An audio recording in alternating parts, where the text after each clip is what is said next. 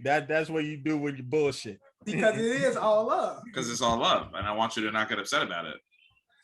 I want you to remember that this is really. Yeah, but apparently, if Dev's cool, then I'm just cool, and then Johnny's just cool. Oh my God! Oh yeah, y'all if I'm just cool and I'm the nigga that brought him around, then y'all ain't shit. Yeah, word. Y'all are really misrepresenting me. All right, cool. We're misrepresenting. Y'all go with that word again. Cool. Who's the one who said the statement? Nobody can misrepresent your statement. Yo, it's two different. Just because y'all this episode is called "All right, cool." Just because y'all are interpreting in a different way. Now you got me fucked up. I'm not going to say it because I don't think is rubbing off. I don't be able to say it correct. Just because y'all. No, I can't. Honestly, I feel like if I try to say it, I can't say it. Just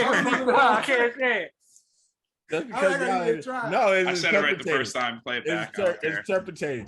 Nah, just because y'all interpreting. Yo, turpentine. He said turpentine. And turpentine. You know what turpentine is? I do, but that's what it sounded like he was saying. No, interpreting. Yeah, I'm not gonna say it. I think I fucked up my shit in my brain. Yo, I can't. Y'all really some bum ass niggas. Yeah, you got knocked the fuck out, man. Yeah, I'm in go mode. Go. I'm in go. Ain't none of these niggas gonna be on here today, man. Kev act like he sleep. DQ is DQ. He found a day off. He was like, one guy's out, I'm out too.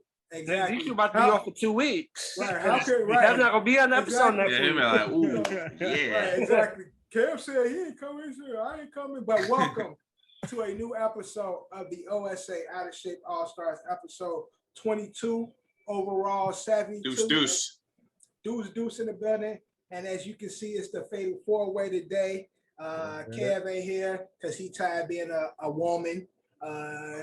Bubble Boy is being Bubble Boy, just DQ or something. He probably, over somewhere trying to, just feel better. So hopefully these guys feel good next week because I won't be here next week. But I'm here today, and we got the four guys in here. We got Drew in the building, the greatest cast member we can ever have. Mr. Drew. Y'all got me tight. No. Mr. Drew, EST. Y'all got me tight. EST 1123, whatever it is. 1998-65. Right. Franks and Beans. That should be your new. Franks and Beans. That should be your new screen. Y'all are pointless. We got the kid Johnny 5 in the building, and we got our host Eddie Horchata in the building. Now this pod is brought to you by Culture Capsule, sponsored by Don's LLC. We are doing this episode on a Monday, so it will still air on Thursday, but we're doing it a day earlier because we got other things going on. So this episode will be up Thursday, but we're doing it on a Monday. So just to let y'all know. But let's get into it. We're going to kick it off with the open run. Let's go to baseball. We just had the Subway Series. Oh, great. I wanted DQ to be here so we can have that the back and forth. That back and forth between two teams that are on the cusp of either not making the playoffs or making the playoffs and then fucking disappointing anyway. So whatever it is. I thought the Yankees was on the play. I thought the Yankees. We're gonna make the playoffs, but it's not like we're gonna fucking win the World Series. I mean, they're gonna probably win. They'll win the wild card game potentially, and then they'll get fucking knocked out in the DS. So who fucking cares? I'm done doing this shit. You really think? I'm done doing this shit. I'm done thinking that this team is anything. But I'm saying, but hold on, there's too many red flags. Yo, hold on. That's a bold statement to make. Why do you feel that way about the Yankees? Like, you don't feel as though I just don't think this team has it. Yeah, I mean, again, it's like there's too much. And again, so the main thing that we're not talking about is the bench is cleared during the Yankees-Mets game now, and apparently the Mets are accusing the Yankees of whistling. Right. But it's like the pitcher was tipping your pitches. It's like, stop tipping your pitches. The second he stopped tipping his pitches is the second that the Mets started dominating. But again, that's part of it, is that like we can't fucking hit, and then when we actually have guys on base to actually fucking, there was a chance there at the end of last night's game, where Stanton could have, single would have tied the fucking game. That's all you needed to do. He was trying to do too much, swung over the top of it. It was an easy pop fly over to Lindor. But yeah, I mean, like Johnny said, there's too many red flags on this team. I mean, pitching has always been not stable. And the bats get hot when they want, but then, again, when do they turn off? They usually turn off in the playoffs. So it's like, yeah, we did enough to crawl back and scratch our way back into the playoff conversation. But it's like, until they get out of the playoffs and ultimately make it to the fucking World Series, then I don't want to fucking hear shit from them anymore. You know what I mean? Like, I'm done. I'm done investing my time. It's football season. I've done too much for the Yankees, and I've talked too much shit for the Yankees. And again, not get a championship with this team, it's like Gleyber Torres looks like a shell of himself. He can't play fucking shortstop. Now Gio Urshela is looking terrible defensively as well. Aaron Judge can't stay healthy. So it's just like, why would Gary Sanchez is, I used to get on fucking Kev about like getting on him, give him a chance. Kev, honestly, I'm out on Gary at this point too. It's like at this point, it's like either blow the team up or figure it the fuck out, have these guys stepping up, because enough is enough. Like, you can't consistently be this. In August, though, they were like the hottest team in baseball, though. True, but again, baseball's a game of streaks. Wait till again. Hopefully, they shut me up. I think I'm doing a little reverse psychology on them. Okay. So if I talk negatively about them, hopefully they hear it. They transfer hopefully, put it out in the universe, and then maybe they win a few. But because the last 5 years it hasn't been working in the positive way. It's like, well, look at the Yankees. I mean, look at them. We're playing with house money. And then when we lost to the Astros, and then it came out, and then we lost to Boston. Then it came out that Houston and Boston were cheating. And then we're like, well, we lost to the 3 best teams in baseball 3 years in a row, and they were cheating. And it's like, dude, enough fucking excuses already. Like, I'm done making excuses for them. I can't do it anymore. John, what's your take on the Yanks, bro? They did enough to hook the fans in, like, oh, we could do it. Right, we got it. But they showed me who they are in the beginning of the season. That's the way they started. I know it's a 162-game season, but it was just the way they was losing games in the beginning. And I remember in the beginning of the season, you was like, I don't like it. Yeah, it wasn't. It showed me, like, you can lose a game, and you can see, like, they tried. They put every effort in it. It's like, fuck it. The team got the best of them.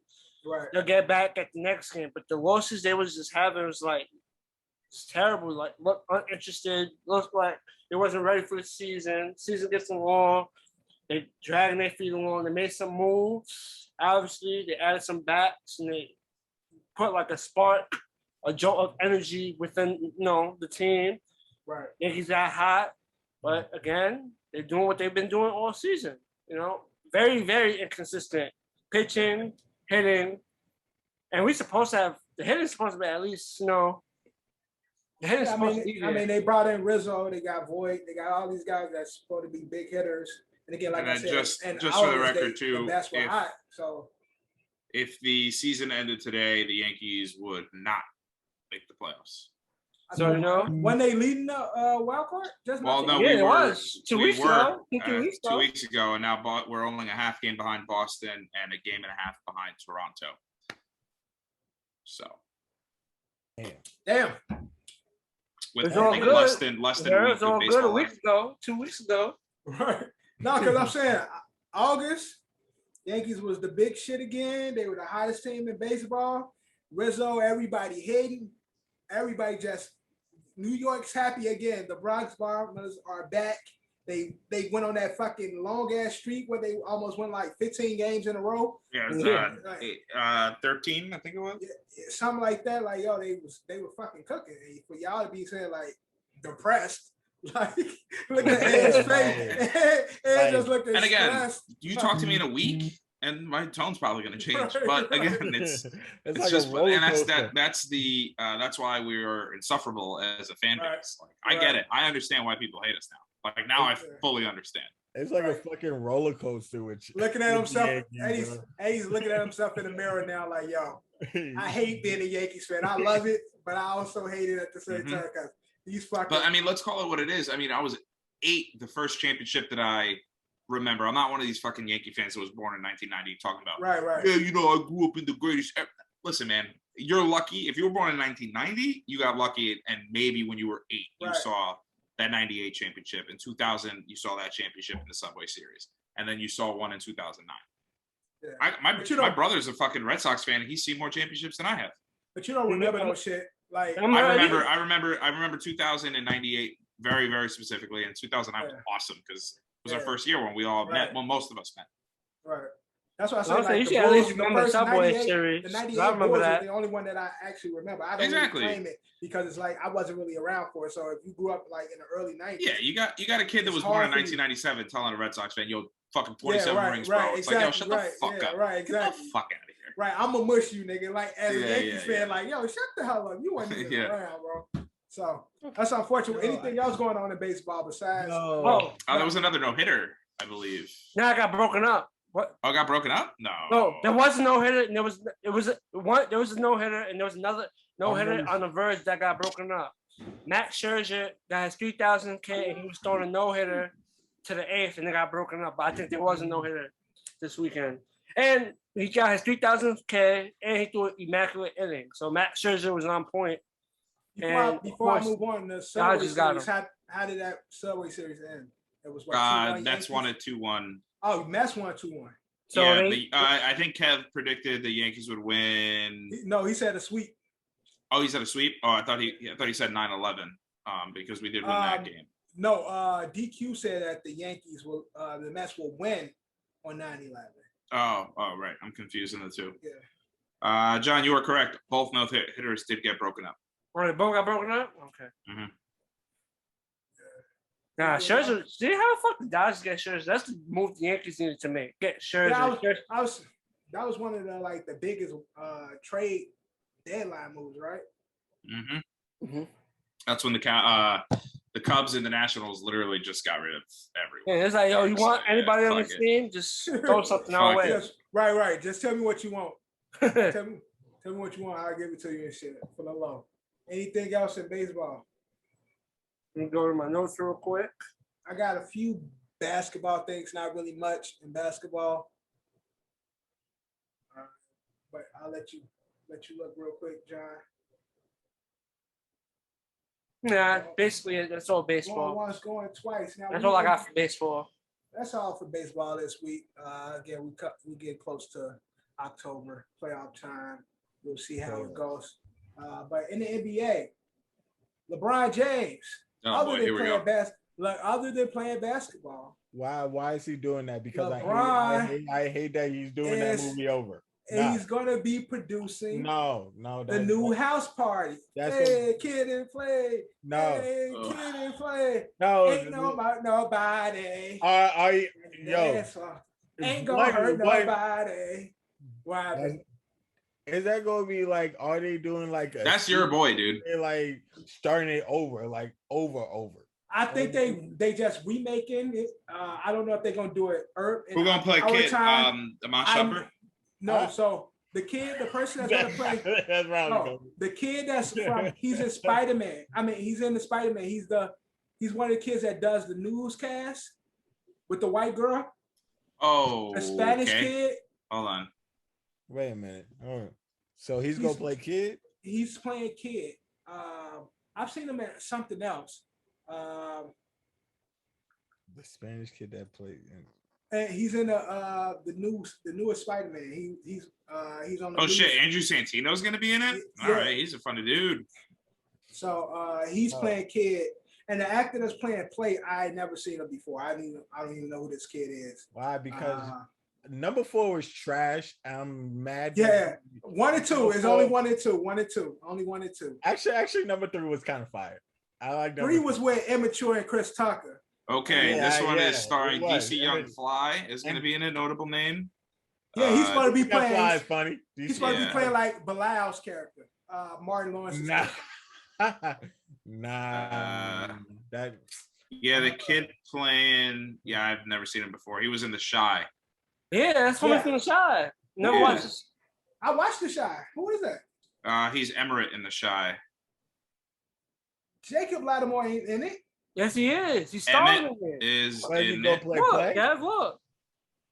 It says Oh, starring. okay. I looked at him like, I was about to say, that's Jacob Lattimore. Mm-hmm. Oh, that's dope then. I saw something else that had some other kid. Some other I think you might be talking about Tosin Cole. I don't know the nigga name. Who was in Force Awakens and Doctor Who, most notably. So probably an English kid, I would imagine. But somebody did leave the cast. Yep, American-born British actor. You heard? He's definitely replacing someone. Jacob Lattimore wasn't there. Someone left the project. No, Bill Bellamy's gonna be in it. That's fucking mental health purposes, and he took that person's spot. Who did? Jacob Lattimore or the other kid? Okay, so I don't. So the kid you probably was talking about was that kid. Got you. Okay, but I mean, LeBron, you know he's great. LeBron's on studio. LeBron's on studio shit. Space Jam 2. You know that's an Emmy-winning, Oscar type movie. You know what I'm saying? So best movie ever. Whichever one it is. Movies is Oscar, not Emmy. Oscar, right? Emmys. He got TV. the soundtrack. He got the. That's Grammy. Right, Grammys. Right.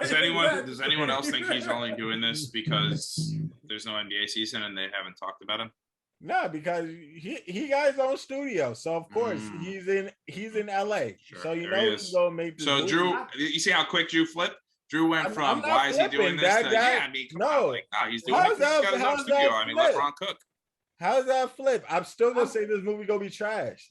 This movie is gonna be trash. His point to a part of his move to LA was for him to pursue Hollywood adventures. Hollywood. Yeah, so but he's gonna be remaking. I just hope he don't make a cameo. As long as he don't make a cameo.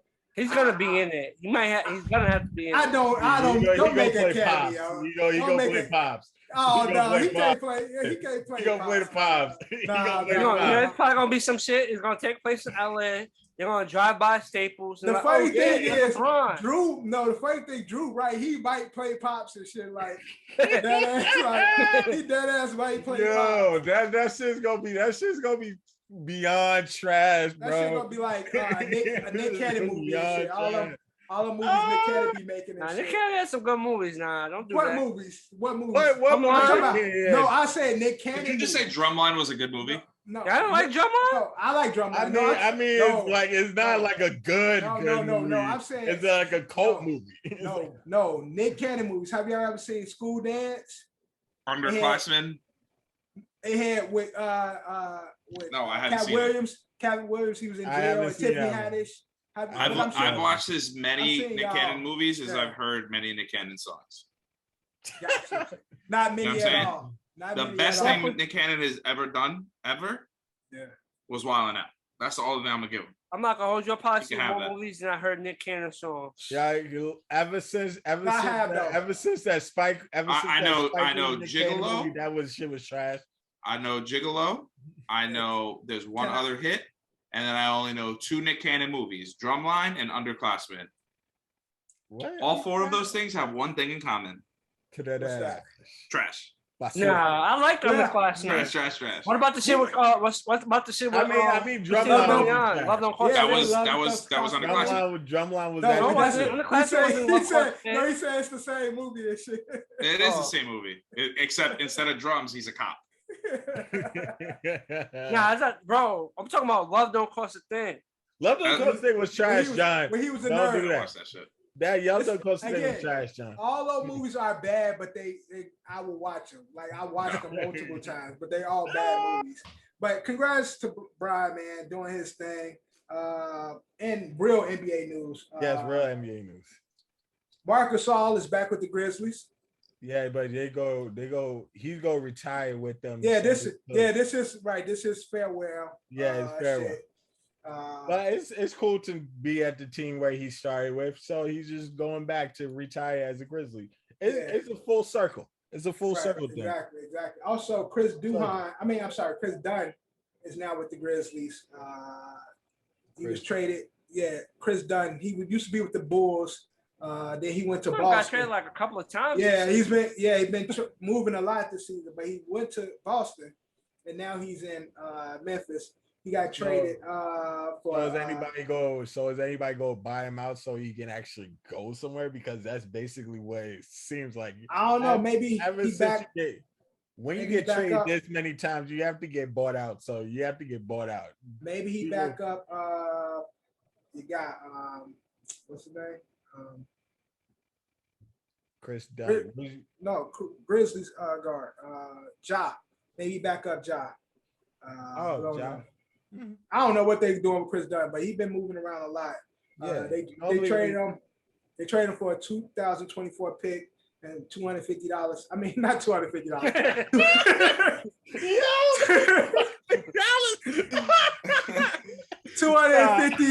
$250K. Oh my God, that's disrespectful. In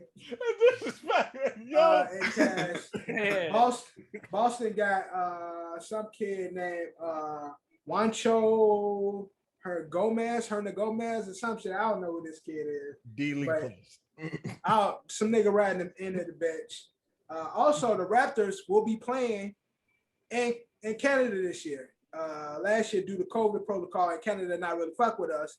They didn't let the Raptors play in Canada. They had to play in Florida last year. So now, with everything going on with COVID, people being vaccinated, the team has been allowed back in the building. So they will be hosting their home games back at the Air Canada. Watch the Raptors cook. They were not used to Tampa. Watch they cook in their home stick. Well, they ain't got nobody. I mean, they got they don't got nobody. Man. They got that's true. Nah, you're right. Van Lee, the Van nigga, and they got Van Fleet and the big nigga Pascal. So and Pascal might be on the move this upcoming season anyway. But also this weekend we have the Hall of Fame inductions. Ooh, that was good. That was good. I saw the two ones I saw was Chris Bosh's speech and Paul Pierce's speech. Pierce was. There's a lot of shit that happened to Paul Pierce, bro. Like, man, Paul Pierce is a real one. I don't like how Draymond try to treat my man. How do you try to treat him? Right, so Paul Pierce, so he came out. That was this week where he came out. He was like, "I don't see what I did that's different than anything." Always in the NBA, fuck off. Like we just recorded it. I mean, he works for the Disney. He works for the mouse. Listen here, Paul. I like your style. Huh? But you can't be posting that shit. Mickey. You don't mess with Mickey, but you don't remember when But hey, Mickey when he got fired. They don't love you. No. I'm talking about the Draymond situation when Paul Pierce said he was gonna retire. He was at the free throw line. Basically, it was like his final year. He was getting his going away tour, whatever, farewell tour. Yeah. And Draymond looked at him and said, "You ain't Kobe." Basically saying like, "Bro, nobody cares about this shit." Yeah, they don't love you because Paul Pierce was telling somebody how to play Draymond, like how to stick, like how to play defense on Draymond, and Draymond overheard it. I mean, to be honest, he kind of did use Kobe and Paul Pierce. Honestly, Draymond is a fucking national treasure. I really don't care. Like, I don't care what everybody says. I mean, like he ain't wrong. He's wrong, but he ain't wrong. He's wrong for saying it. But he like they don't love you. They don't love you. You ain't getting no farewell tour. They don't love you. Nobody. They love you. They love him in Boston. Everywhere else, they don't love you like that. I mean, to be honest, Paul Pierce is a top 5 Boston player. Let me. Sure. Yeah. Top 5. Let me. And he might one be could argue he might be a top 10. It's Bill Russell. Top 10, but I'm not Larry, top 5. and then it's him. Yeah, exactly. Larry, you got Bill Russell. I said Bill, Larry, and then Paul. There's no one else before Paul in that conversation. Yeah, I don't think nobody comes other than Larry and Bill. They might. Well, no, Mikal. Yeah, I was about to say people don't say Mikal, but Mikal. You can't put Mikal over Pierce. Yeah. Nah, I'm not putting Mikal over Pierce. Pierce is Boston's all-time scoring leader. But and they love him. It's really like Mikal was a great player, but he played on Larry's team. That was Larry's Celtic. Yeah, but everybody say is Larry Parrish and Mikal. Like Larry's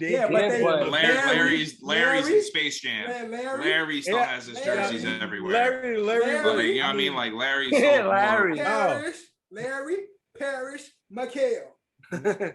Nah, bro. I don't like how you're doing Mikal. And we're talking about Mikal probably top 5 Celtic all time, but he's not ahead of but think about Boston history. When you think about the leaders, the superstars of Boston, Bill, Larry, Paul Pierce. Those are the superstars of Boston Celtics history. Mikal is a part of that long lineage. And a great NBA player. But when you talk about leading the franchise, that led the franchise, it's only those 3. Only those 3. And Paul Pierce really didn't like because even if Paul Pierce was there, they didn't have that success until like I say, like 07, the year, like 2 years before KG got there. Boston didn't really have success like that. I mean, he was saying they weren't winning the chip, but he would make it playoffs. He was an all NBA player. Like that's why I said 2 years before. That's why I said 2 years before KG. How many years Paul Pierce was there from? I love when Drew does math in his head. Paul Pierce was drafted in 98. 98. So he was in Boston till they traded him to Brooklyn with KG. So from 98 to 2013. And I do admit because 2014, 2015. Because Boston had some bad breaks, like the players like Len Bias and all the star players, like all-star players that they drafted, right? Like they either passed away before they were supposed to be like during, like they were supposed to be there with Paul Pierce. Like superstars were supposed to be there with Paul Pierce. And but again, you a black man and the face of the Boston Celtics, most racist city in the world. Yo, exactly, yo, like that green and white. That. Look, let's not. I mean, KG was again. But he got there again. These niggas, but that was Paul Pierce's team. That was PG's team, and again, he led that team. One of the greatest and most storied franchises in the NBA. Paul Pierce was that guy. Like everybody else with the greats in the early 2000s, Paul Pierce is up there with them. Like again, to me, Paul Pierce is a top 10 small forward of all time. Top 10. I mean like top 10, 15, maybe 15. Top 10, 15. I give Paul Pierce his credit, all that. He is a Hall of Famer for a reason. He had the crazy pull up. Couldn't nobody stop Paul Pierce pull up. That mid-range pull up, can't nobody stop that shit. He ain't have many skills. Paul Pierce didn't do much. He just did a fadeaway and a two-step pull up. And it was all fucking day, man. So, but you had Chris Webber in this Hall of Fame. You had Chris Bosh. He was talking about how Pat Riley was fucking cheating and shit. Johnny put that tampering as finest. Now I don't believe that because it was at the meeting getting Chris Paul tampering, bro. Chris what Paul, type of shit is that? How am I gonna give you my championship ring on another team? No. It was you did not hear Chris Paul. It was at you did not hear Chris Bosh. It was at the meeting getting him to sign to Miami.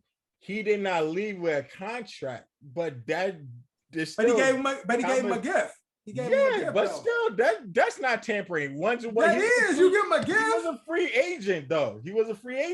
He's on the market. Yes, he's on the market, so but you can't give gifts. They can do anything they want. No, he's on the market. I'm pretty sure there's rules against that. No. You can't do it when you're not free. You can't do it when you can't do it before free agency, but you can do anything at free agency. Yeah, Drew, quick thing. I'm pretty sure if I'm a free agent, Pat Riley can't be like, yo, I'm gonna buy you this big ass mansion.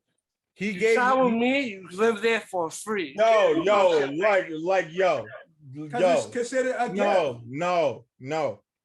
Listen to. I bet you, people that have championship rings done that plenty of times. He emptied out his championship ring on the table, and he let you know, this is what's going to be here when you come here. Again, he said, take this. We go because if you come here, that's you're not gonna get tampering. You your own. That's not tampering. But take this one. That's not tampering. I don't believe that's tampering at its finest. That's not tampering, bro. The NBA owns tampering. What are we even talking about? The NBA literally That's why Magic had to go. No, that Magic was talking to Paul. Magic was talking to Paul George before he became a free agent. That happened immediately. You don't think Pat Riley wasn't talking? Well, but that's not the guy. We're talking about this situation. We ain't talking about those situations. We're talking about this specific situation. We know the NBA owns tampering. Let's call it what it is. I agree with John. That's not tampering. Leaving with a gift. That's not tampering. Y'all looking too into it of the rules. Like that's not tampering. You're a free agent, bro.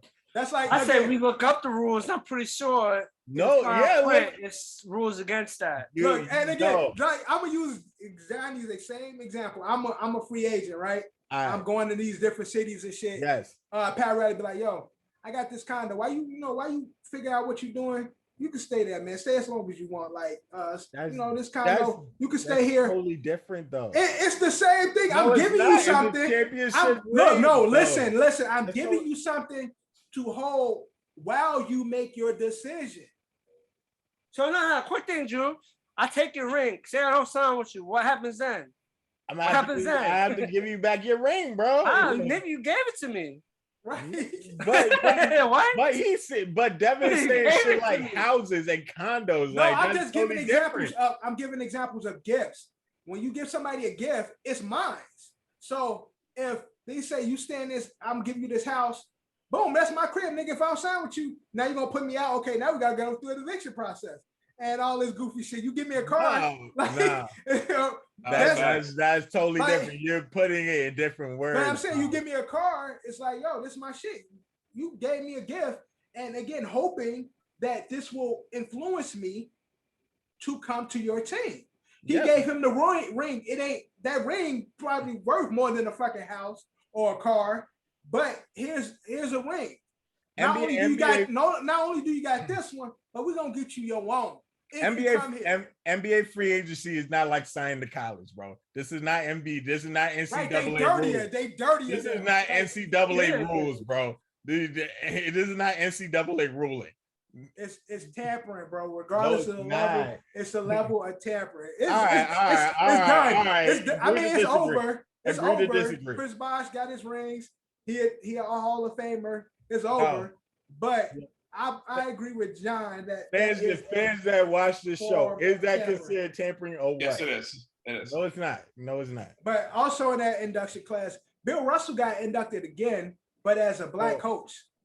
Like as the coach the Celtics though. Yeah, he coached the Celtics. But I'm saying but again, it's like why did he just combine it all? Like he's re-inducted. Because they do the same thing with players on the Dream Team. They introduce them as a player because it's pandering. And recently in world news, black people have put down. So in order to make everyone happy, we induct you, black man. Please play our sport. It's not pandering. It's 100% pandering. If you think there's anything other than that, you're out of your fucking mind. I'm not gonna hold you. He coached like almost 50, 60 years ago. Why that's what I'm saying. I know, but still that's. But I'm saying when you inducted the first. No, I'm saying when you're inducted for your entire resume. No. But listen, quick thing also, when you get inducted to the Celtics, it's within 5 years of when you stop. So if I'm coaching, it's 5 years after I stopped coaching. So he stopped playing ball and coaching within the same time span. Right. Why did inducted him for one and then waited 40 years to induct him for the other? That's crazy. When did he get inducted as a player? I'm pretty sure in the 80s. First ballot after he fucking retired. I mean, who is need to know, because just like I said, the Dream Team is. But I'm saying it's 2000, and the individual players got inducted from that. They got inducted. No, I'm saying the induction of the Dream Team. He got inducted in the Hall of Fame in 1975. Because Christian Laettner ain't getting inducted as the player. He's getting inducted as a member of the Dream Team. The Dream Team got inducted, not Christian Laettner. No, but I'm talking. Drew, I hear you. You not listening. The Dream Team was inducted because of what they done. The Dream Team. Christian Laettner is a member of that team, but Christian Laettner, the player, is not inducted into the NBA Hall of Fame. Bill Russell, who played in the fucking 1920s, Now it's 2021. 1960. I'm just saying it's been over 60 years since the nigga played. Yeah, he's already inducted as a player, and after during his induction, he already played. He already did his coaching. Why induct him 40 years later? Pandering. No. Listen, there was that tweet that came out. Who was the guy that did it? Who said, "Congratulations on the Boston Celtics for hiring their first black head coach." It's not true. It's like it's just everyone's making mistakes for everything. Drew, that's literally what it is. If you think it's something different, please enlighten me. Can you stop for 1 second? No, because you're repeating yourself. No. Dev used the one example, Christian Laettner. He did not talk about every other player that was inducted individually as a Hall of Famer. He just used the they're one already example. Hall of Famers. Because they're Hall of Famers. Yeah, so he was a Hall of Famer. Drew, you know my biggest problem is that you bring up an argument and then it gets rebutted, and then your rebuttal silences you, but then you keep going with the same argument. It's not silencing me because my rebuttal still. No, it should silence you. No, it's but not. But you just say the same thing over again. All right, whatever. No, what I'm saying, Drew, what I'm saying is Christian Laettner, as an athlete, as a player, would never be inducted solo as the NBA. I mean, as the ball player, but because he was a member of that team, the arguably the greatest Olympic basketball team ever, he's a part of that team. By default, the Dream Team is inducted. That was do you think Christian Laettner goes, "Hey, I'm a Hall of Famer"? That's a one example, though. Probably, one example. He probably said he don't say I'm in the Hall of Fame. But I'm saying is you bring up these other players who got in the Hall of Fame because of their career attributes as a player. Yeah, but when you got a person that played coach as well as a player like Phil Jackson, he won't be inducted as a player. He'd be inducted as a coach because his career as a player wasn't that great. But you have, but they'll also still have his stats there. But they'll have his complete career. Yeah. Exactly. They'll have everything together. So that's what I'm saying. Like they will induct him. They will induct him for his career as in the NBA. Did Phil Jackson basketball association? I don't even know. No, because he will get inducted as a coach, just like you say. He will never get inducted. But his player stats are going to be there. Again, his main thing is a coach, but they'll talk about his time in New York with the Knicks. They'll talk about his whole career as being a part of professional basketball. I highly doubt it. It's fucking Phil Jackson. He was a part of the Knicks when they were actually decent. Just like Johnny always says, we will see. But again, we will see, and I have to do my own research, and you should do more research as well. But I'm just saying, like Bill Russell, who's is 2021. Yes, he played when they still had a fucking a net on the basketball and shit. Cool. So there's only white guys. Right, only white guys. So from the time that he played, the time that he coached to the time he was inducted, all of that had passed. So I think Bill Russell is the basketball player, the athlete, the philanthropist should be all together, not separated. That's what I'm saying. Okay, but I'm just literally just saying the reason they don't do that in the Naismith Hall of Fame. If you watch it, they don't do that though, and that's why I gave the example of the Dream Team, because they don't.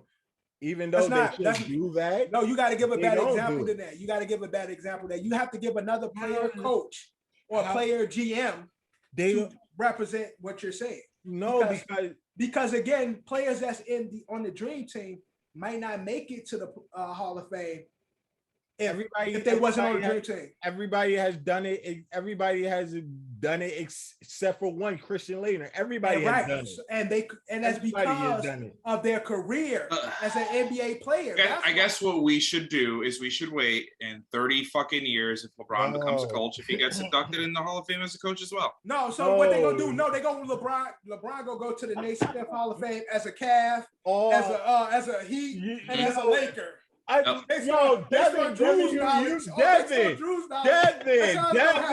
Devin, no, you are bullshitting right now because you know what I'm saying, and you're talking to him like you're just cool with him.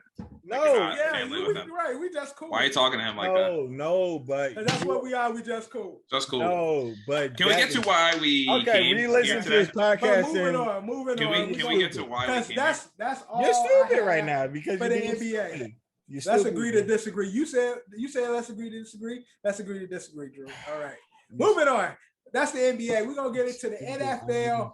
Week 1, Drew. We love you. No, because you acting real stupid. NFL, like you don't hear NFL yourself. just happened. First week. We just ended. It is over. It was fun. NFL. It is back. What we love. And I hope you know all our teams caught an L. That's right. Every single one of our teams. Yeah, well, not Drew's. Not yet. They're currently in the lead. Well, actually, the 49ers won. So for Dev. So. Oh yeah, good clap back. Oh yeah, good clap back. Good clap back. That wasn't a clap back. I'm just saying as an natural fact. That wasn't even a clap back. Congratulations to the Niners on their win. We'll get through the games. But week 1 NFL just took place. Now, again, we usually do this, Drew. We usually do this our episode on Tuesday where we have the full week done. But we're doing this episode on Monday. So the Baltimore Ravens and the Raiders are currently playing as we do the pod. Yeah, we're at 2 minutes left in the third quarter here, and the Ravens are marching. But like always, our host, Eddie Horchata, is going to run down week 1 of the NFL. Kick us off Thursday night. All right, let's talk about that Thursday night game. Final score of that game was 29-31 in favor of the Buccaneers. Dak Prescott with 403 yards, 3 touchdowns to 1 interception. On the other side, Tom Brady, 332 for 50, threw the ball over 50 times, 379 yards, 4 touchdowns, 2 interceptions. Not much from Zeke Elliott, not much from really any of the running backs on either side. I think defensively they just got literally torched, but Amari Cooper and CeeDee Lamb both over 100 yards receiving, and Antonio Brown and Chris Godwin over 100 yards receiving and 2 touchdowns for Gronk. What did you guys think of this game? It was awesome. Look, it was a great game. No, and I was talking shit about the Cowboys being in the first game of the year. I didn't, especially against Tampa, coming out the win. But I ain't mad at it. It was a great fucking game and a great showing for the Dallas Cowboys. I'm not a Cowboys 100%. Fan, but coming back from the injuries that Dak has faced this past season, Dak ain't missed a step, man. Mm-hmm. And he looking good. I don't know the NFC East. I don't want to throw out early predictions. I know how they do, Cowboys. They take late. I don't know what you talking about, Dad. But I'm just saying, like, if, John. Like the way where your mental state is right now, you're gonna talk badly about the Cowboys. That receiving core. They're gonna lose again on Sunday. They're about to be on 2. Who are they playing on Sunday? We ain't get there yet. We ain't getting there yet. But let's talk about this game. The GOAT. Tom Brady versus Dak Prescott. What did y'all see from this game, Drew? What did you like about this game? Did you watch it? Any takes on this game? Nah, I'm the only real take I got from this whole game because I was in and out. But I just gotta say, even though I hate to say it, Tom Brady is the man, and that defense and that defense is definitely shows me something for Tampa Bay. Even though the score was like how it was scored. You can see how the Tampa secondary is playing ass though. Yeah. Well, they had some injuries too. It's injuries though. Yo, cause they had injuries to their corners late. Amari was out there looking like cooking. That was Amari Cooper was out there. I could give him a pass. We are 7 points shaved off by Greg Zuerlein. Again, whatever things happen in the NFL from this game being completely different. All Tom Brady really needed to do was get the field goal range at the end there. And again, I'm not making excuses for the Cowboys. I'm not trying to disrespect Tom Brady, but let's call it what it is. There was 2 chip shots missed. by Greg the Leg, who's usually reliable. I mean, his nickname is Greg the Leg Zuerlein. Right. And then he missed an extra point. Obviously, when he needed to make that kick, he finally did, but it was a little too late. Greg Zuerlein? I don't know. He's been there for like 4 or 5 years. Yeah, but also Really Greg Zuerlein did have off-season back surgery also. Who, Zuerlein? Yeah, so I did not know that. So they missed that during the game. It makes sense. No, that first half he was missing every fucking thing. Mm-hmm. I don't think until the fourth quarter. And again, you take into account. I mean, if you take into account those 7 points that were off the board, they would have won. Cowboys won that game. Right. It was hell of entertaining. If it was entertaining. Listen, it was a beautiful game, and the way this shit ended was just beautiful. Yeah. Cowboys losing is the best thing to see on TV. But every time Tom Brady he's the master of that. When he needs to get that to go down the field to get that. Yeah. There were memes of him making the face on the sideline. They were like, "Well, Tom Brady makes this face. Fuck off. Yeah. Whatever, dude. It's over." It's like, no, dude, it's over because Greg Zuerlein missed a couple of kicks. Also, quick little fantasy tip on there. Ezekiel Elliott did not perform the way you wanted to, but you saw everything you needed from him. As far as a football fan or a Cowboys fan, if you were a Cowboys fan, although Zeke didn't produce on the field or didn't produce in fantasy for you, he was blocking. Zeke fucking cooked. He blocked on everything. Yeah. Those are the reasons. That's the reason why you have these players making this. Dak was able to throw as well as he could. And then on the other, so if you do have Zeke, do not trade him. If you don't have Zeke, go trade for him. People are definitely going to be upset with him, especially of his performance for last year. If you can package a deal to trade for Zeke, and CeeDee Lamb had 3 drops this week. A couple of bad ones too. Obviously, made him look really bad. Did redeem himself on a touchdown, but he'll be fine. He'll be fine. Yeah. Next up, we got Seahawks. Colts final score of this game 28-16 in favor of the Seahawks. Russell Wilson doing Russell Wilson things, throwing 4 touchdowns in that game, mostly all bucket passes to Tyler Lockett, which was dope. Carson Wentz and Jonathan Taylor did look good, but again, was a little too late with their last efforts. Carson Wentz ended up no interceptions today for Carson Wentz, which was good.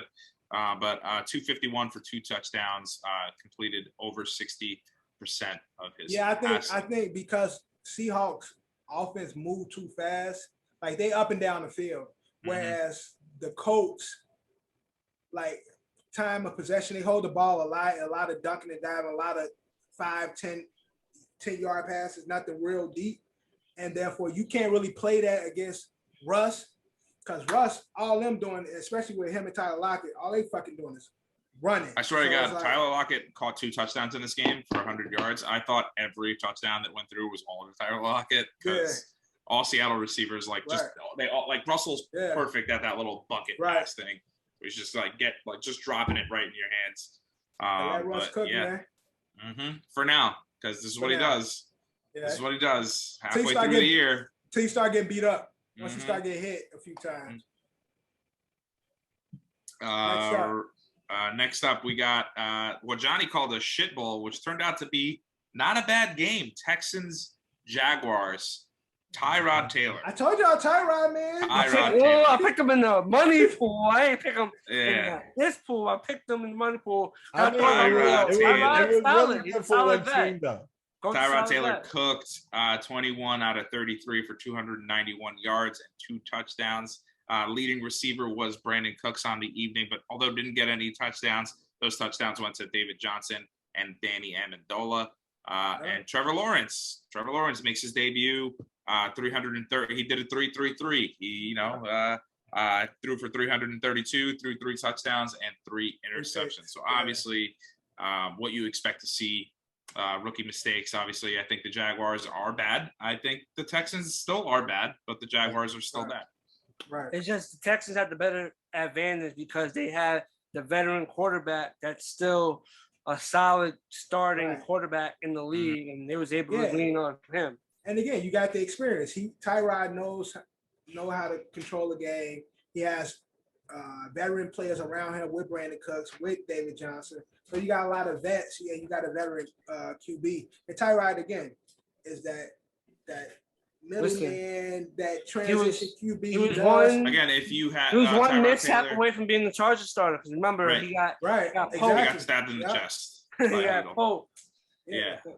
So again, he is the transition quarterback. He is the good luck Chuck, if you will. Right. The quarterback that you have before you spend the rest of your life with the other quarterback. With Baker Mayfield, happened with Josh Allen, happened with Baker Mayfield, and now with Justin Herbert. So if I'm the Houston Texans, I hope I have the first round pick. And again, pending the Deshaun Watson. Go QB. Go QB. Just go QB and then make sure Tyrod's there because that's your guy. Right. But again, still we don't know what's going on with Deshaun Watson. No one knows what's happening there. He's not going. Is he going to get traded to Miami? Is he not going to get traded to Miami? Apparently, Houston wants six picks in this transaction. Yeah, I think that's crazy. That's crazy, bro. Like, Miami going for it. But it's like totally opposite because they're at the haste of just sitting him for the whole entire season, like exactly, like they're just really. Because what else? He's got 22. Yeah, you can't play him, and then for what the Texans are looking for him, ain't nobody gonna take that. Like, especially with everything that's pending. Like, it's not like okay, his case is done, and then it's like, all right, so we don't want this reputation with us, so now we're looking to trade. No, we still got this case going, and depending on what happens with this shit, the nigga might never play again. So why would I give up all these picks for him to come sit on my bench? And then ultimately, if something happens, as this case progresses, then the nigga might not play. So it's like there'll be some insurance on any trade with Deshaun Watson. Yeah, right. Even with the insurance, why even entertain it? Like at this point, I'm not gonna even entertain. He ain't playing. I'm moving forward with the team and the players that I got right now and shit. So I think Texans are gonna be sitting on him until they figure out whatever unfolds with this situation. Texans are gonna be sitting on him. But it's a good thing that they got Tyrod there because Tyrod is a solid quarterback. And again, they do got decent pieces with Brandon Cooks and David Johnson, if he's healthy and shit. So they ain't gonna make a big splash, but they can still have a decent season. They could be the third worst team in the NFL. I think I currently have Detroit, Jacksonville, and Houston right there at the bottom. They're gonna be at the bottom. And we'll get to who I think could surpass them. But next up, next up, we got the Eagles and the Falcons in a game. What happened? Jalen Hurts is good. He played good. I mean, listen, he played good, but the Falcons are right. Oh yeah, they're really bad. So Jalen Hurts, 27 for 35, 640. They make me 264 yards, 3 touchdowns. One of them going to former teammate Devontae Smith, first round pick. We had a lot of teammates. Bama, a lot of teammate hookups. Yeah. We had Jalen Waddle and Tua Tagovailoa hooking up for a TD. Yeah. Joey Burrow and Jamar Chase hooking up for a TD. And Jalen Hurts and Devontae Smith hooking up for a TD. And then on the Falcons side, Matty Ice looked like Matty. I can't even think of something funny. 164 yards, no touchdowns. They scored 1 touchdown in this game. That was a defensive touchdown. So final score is Matty Ice still considered a good QB? Elite? No. In that elite class. Look, so what I'm calling most of these games. No, he's not. He's not going to lose you games, but he's not going to win you games either. I put him there. Yeah. Is he better than Daniel Jones? Yes. Is he better than all the rookies currently? Yes. Is he better than Ryan Fitzpatrick? Is he better than Sam Darnold? Yes, I would say yes. Still better than Sam Darnold. I would still say he's still better than Sam Darnold. So he is still a class above them. What class would that be? Like what? That's the guy that will not win you a game, but also is that the Jimmy G? Jimmy G, Kirk Cousins. Yeah. Okay. Got you. Yep. I got you. Those in that bracket. But awful game. But it is week 1. Crazy things have happened. Crazy things will happen going forward. I don't know what to say. I mean, Atlanta was really good. They do have a high-powered offense. I don't know. And I was about to say they do got a good offense though. Like. Yeah. So like, are you going to see this every week? No. Is Matty Ice going to throw for a shitload of touchdowns? Yeah. Is he also going to throw for a ton of picks? For sure. Like, you know what I mean? Like, you're not going to see this kind of performance every week. Again, it is week 1, which I've been dubbing week 4 of the preseason with the extended playoffs. It's fucking weird with the extended. I don't know. It's just weird. Next up, Washington football team, Los Angeles Chargers. Very hard for me to say that. Unfortunately, Ryan Fitzmagic went down in this game only after 6 attempts. So got down on the injury. So it's I forgot exactly what it's called, but his hip wasn't fully dislocated. It was like almost like halfway dislocated. So they popped that thing back in. So hopefully we'll see him back. Speedy recovery for him. They put him on the IR. He'll be back this season. You know, that's otherwise they would just fucking get rid of him. But Taylor Heineke stepped in and, you know, not bad. 122 yards, 1 touchdown, a little too late because the Chargers did light it up with Austin Eckler getting 57 yards. Justin Herbert throwing for over 300 yards, a touchdown and an interception. Keelan Allen, as always, consistent, getting over 100 yards today. It's the route runner, the best route runner in the league, man. And that defense is just too goddamn good. And again, you know, the Washington football team is still a young team. The defense looked pretty bad considering, you know, that they're so good with Montez Sweat and Chase Young there. Chase Young did get fooled on a play there. Not real good there. There was something else I saw from this game. Oh, Scary Terry, one of the best catches of the year already. I don't know if you guys saw that catch. No, maybe pop that in. Yeah. The body control that he had, he turned his whole head around. I don't know how he did it. It was fucking amazing. But, you know, Washington does fall to the Chargers only by 4. So they were still in it. I think if Fitzpatrick would have stayed, it would have been same old Chargers. But, oops. Next up, I think this shocked. You about to say Vikings? Vikings? No. That was a good game, but I'm more referencing to the Buffalo Bills, Pittsburgh Steelers game. A lot of shocks, actually. I picked the Steelers in the money pool. People, I don't know why people slept on the Steelers. Like the Steelers don't have a good ass defense. Well, they do. They started the last season 10-0. The problem is Ben Roethlisberger, who threw over 32 times and only completed 16 of those passes for 188 yards and only 1 touchdown. If I am the Steelers, God bless that block punt. God bless my defense. God bless Najee Harris, who we drafted this year, who ran for 45, and I believe he caught a few. He only caught 1 ball for 4 yards. But obviously, you didn't see too much. The only touchdown was thrown to Deontay Johnson, who only had 5 catches on the game for 36 yards. So nothing really crazy impressive. What we saw from the Bills is we saw an offensive line that didn't want to protect Josh Allen. Josh Allen, 270 yards, only 1 touchdown. And with a late scratch, I don't know exactly what happened to Zach Moss, but Devin Singletary took the lead, and he had 72 yards. And right behind him, Josh Allen with 44. So he was running for his life there. Right. Again, if it wasn't for that block punt, I don't think they would have won that game, to be honest. I mean, it was back and forth. The Bills led early, and then they let Pittsburgh come back in the second half, and the offense was just pretty much anemic. Yeah, and that's the thing. Like, again, Steelers have a history of being consistent, but with all of the receivers ain't that good. I mean, Claypool is good, but Juju ain't shit. The other kid, it really ain't nothing. They got the rookie running back. Like, nobody don't. The defense is immaculate, but nobody really expects. And they just paid TJ. TJ just got paid. So TJ just got his bread, but nobody expect much from them, and especially with the Bills being a high-powered offense. On a good day, with what the Bills been able to do, people are going to take the Bills, like having a good defense and then having a solid offense. It's like, okay, we can take the Steelers. I don't think the Steelers are going to win many games throughout the course of the season. They got this one. I mean, I don't see them many winning unless Najee Harris start cooking.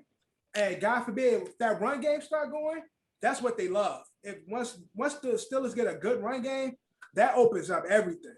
So if Najee start cooking, then I can see them, because again, success has always been surrounded by a solid running back, and then that opens it up for everybody else. So if Najee cooks, then I can see them opening it up and being a better team, because they do have decent pieces. Even though Juju a bitch, they still got decent pieces out there.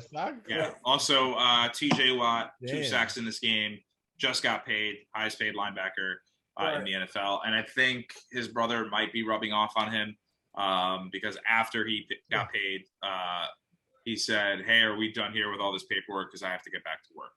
As in, like, you know, what JJ Watt always does. Lets everybody know he's working hard and he's at the gym and he's fucking getting better. Yeah. Well, I like TJ. I like TJ a lot. I don't want JJ rubbing off on him. Yeah, but that Arizona team.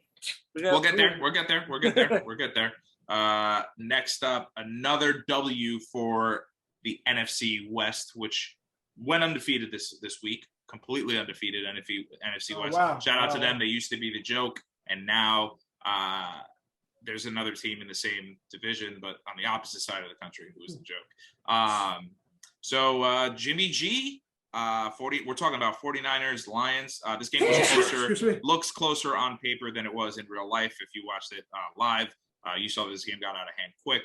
49ers final score 41-33 to the Detroit Lions. Jimmy G goes for 314 yards, only 1 touchdown. Trey Lance showed up for a quick little shuffle pass. Got his first touchdown of his career. And what the 49ers always do, doesn't matter who runs the football, Raheem Mostert goes out early in this game, and then Elijah Mitchell steps up for 104 yards and a touchdown. The receivers don't matter. The running backs don't matter. They just have everybody fucking. That Kyle Shanahan offense always works. George Kittle, maybe pop that in there.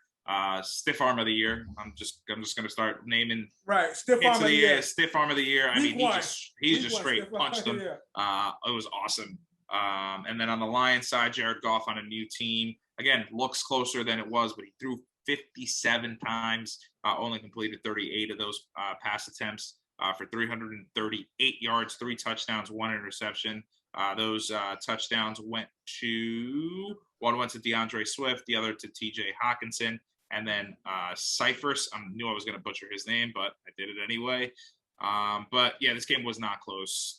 You know, the Lions are at the bottom of my totem pole of teams that are going to be really, really bad this year. Sucks for Jared Goff. That's where dreams go to die.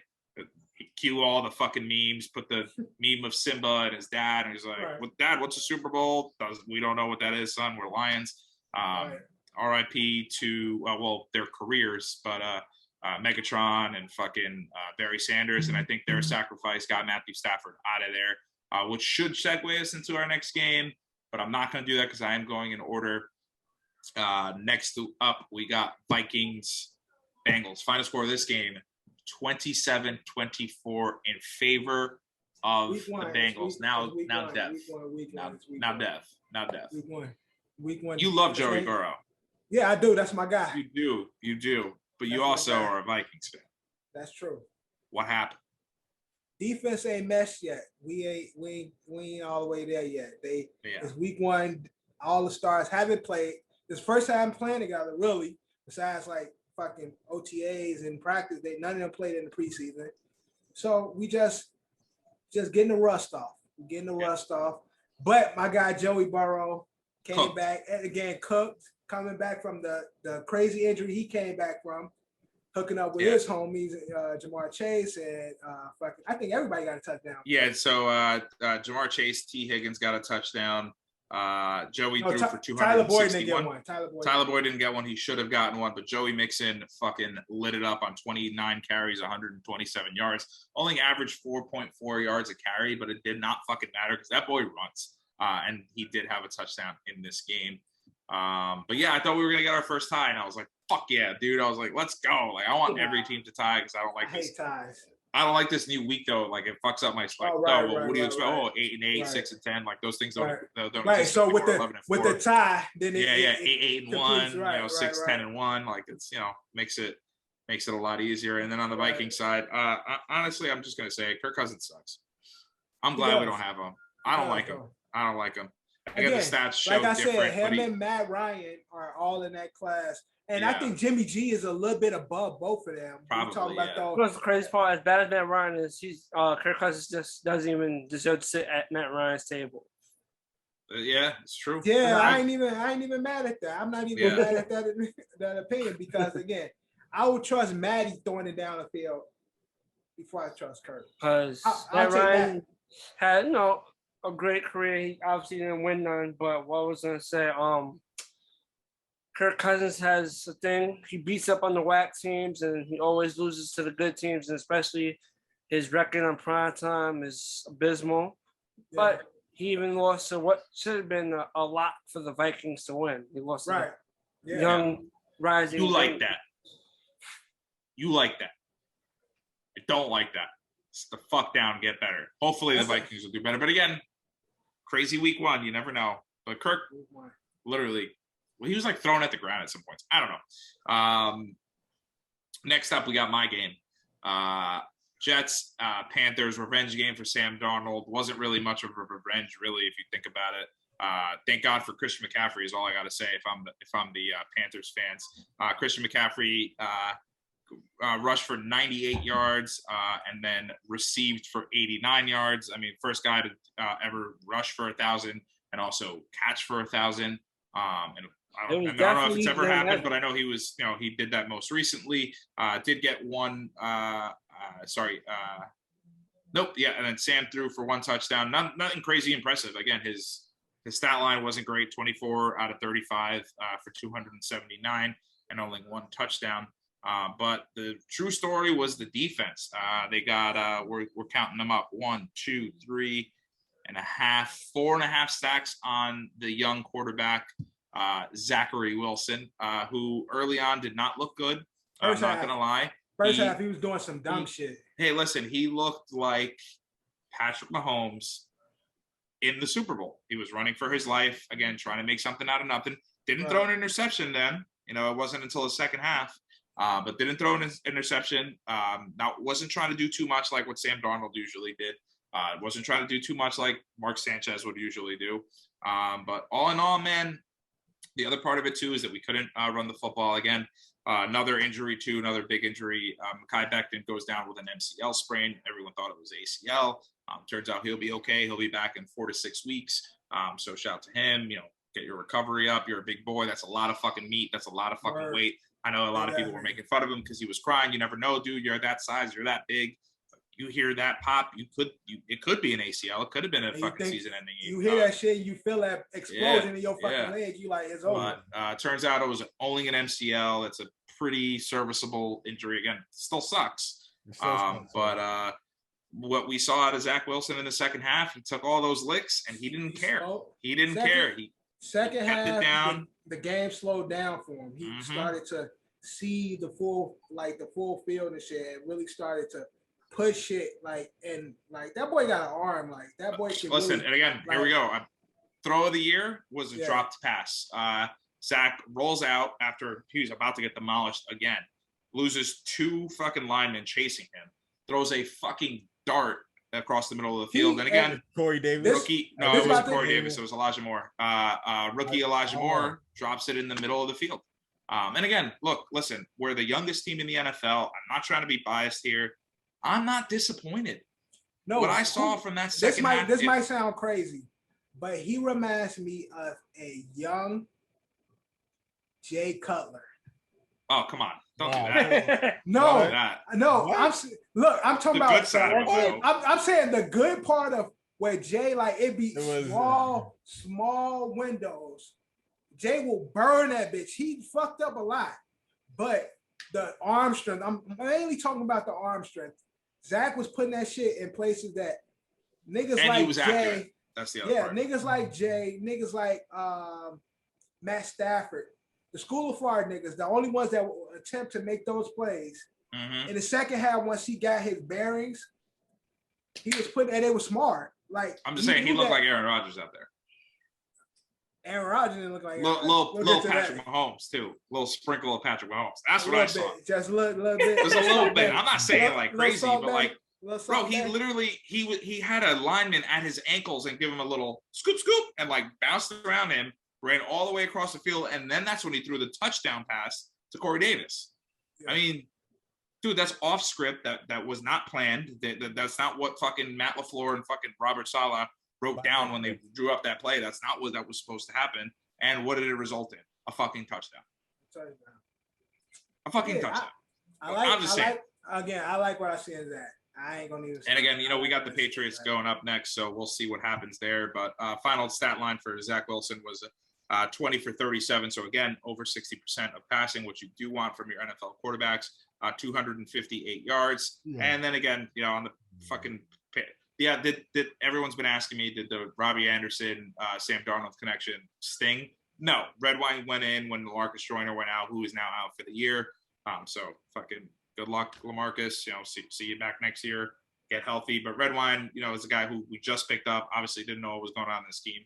Robbie Anderson, cool man. He thought you were cool doing the little fucking. Doing the jet flight. That's all right, man. Like, it's cool. Like, hey, I'm not mad. I'm happy that you're both happy. Right. Good luck scraping at the bottom of the barrel of that division. Next up, we kind of hinted to this game, but in a holy shit game, final score of this game, 38-13 in favor of the Carolina Panthers.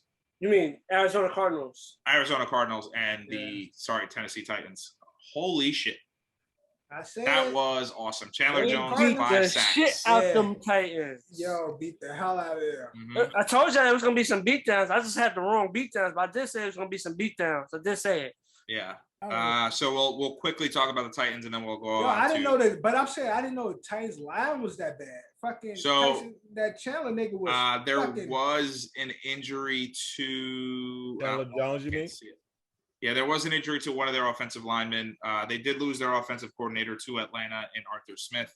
But Ryan Tannehill, 21 for 35, 221 yards, 1 touchdown that went to A.J. Brown. Derrick Henry, 17 attempts, only 58 yards. Not good, but on the Cardinals side of things, Johnny mentioned T.J. Watt. Chandler Jones gets, Johnny said something about a Watt. Oh. Chandler Jones had 5 fucking sacks. How old is Chandler Jones? Can somebody fact check that for me? Because he is older. He got 5 sacks this week. Crazy. I think a lot of it has to do with a lot of people doubling up on JJ. When you have to double up fucking JJ Watt, of course Chandler Jones is going to get through the middle. But the real story is Kyler Murray. Baby Russ. Kyler Murray. Chandler Jones is 31. That's old in NFL years. He's 31. Oh, damn. He's my age, and I'm sorry, Chandler. I did not mean to offend. I thought he was like 40. You know who I'm thinking? Calais Campbell. I thought he still played on the fucking. And I thought, sorry, I thought you were Calais Campbell. Calais Campbell's super old. But Kyler Murray, 289 yards, 4 touchdowns, only 1 interception. Spread the ball out a decent amount. Christian Kirk, 70 yards, 2 touchdowns. AJ Green caught two balls for 25 yards. And then Nuke, obviously doing Nuke things, fucking 83 yards, 2 touchdowns. Kyler had one of those fucking Russ bucket passes. Yeah. He just fucking hucked that thing up and fell right into Christian Kirk's hands. I guess Juke of the year or Juke of the week. I mean, that boy ran for 50 fucking some odd yards. I don't know if you could put that in there. He ran for 50 yards backwards, stopped and started. And look, Kyler Murray's not the fastest guy, but I think he can put the brakes on anything. Yeah, right. Just lead. So Kyler, if the NFL doesn't work out for him, which it seems like it has been, just start playing basketball and just do that move to everybody. Baseball was his second. Yeah, quick plug in. Me and Kai we played in the NFC Championship game in our Madden, and that's how he was playing with Kyler Murray. Every time I was about to sack him, he would run in a circle. I miss him, and he's running around. I was like, it's back to the Vic days, back in the Madden Vic days, the 04 Madden Vic days. Pause, run one side, the other. Yeah, Kyler, you got the ball at the 1, and you run all the way back to the end zone, and then run all the way back up. No, that's when Vic, just to go back, we used to do dumb shit like that. With Vic, we would run all the way back Yeah, just to all the way to run. the touchdown. Yeah, just to run back and shit. But Baby Russ, man, is out there cooking. He's a little dude, and he be getting smacked, and it's still early. But with the pieces that Arizona got, this division, the NFC West, man, is going to be my bold predictions from last year might come true this year, with the whole division going to the playoffs, man. Yeah.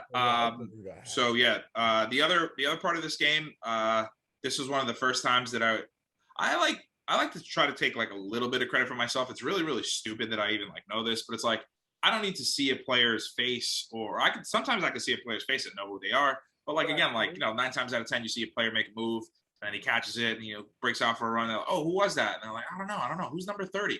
I'm like, oh, that's James Conner. Yeah, no, not that. This is one of the first games where these new numbers fuck me up. No, you can't do that this season. Chase Edmonds is wearing number 2, and fucking James Conner is wearing number 6. And it blew my fucking mind. I didn't know what was going on. I was very confused.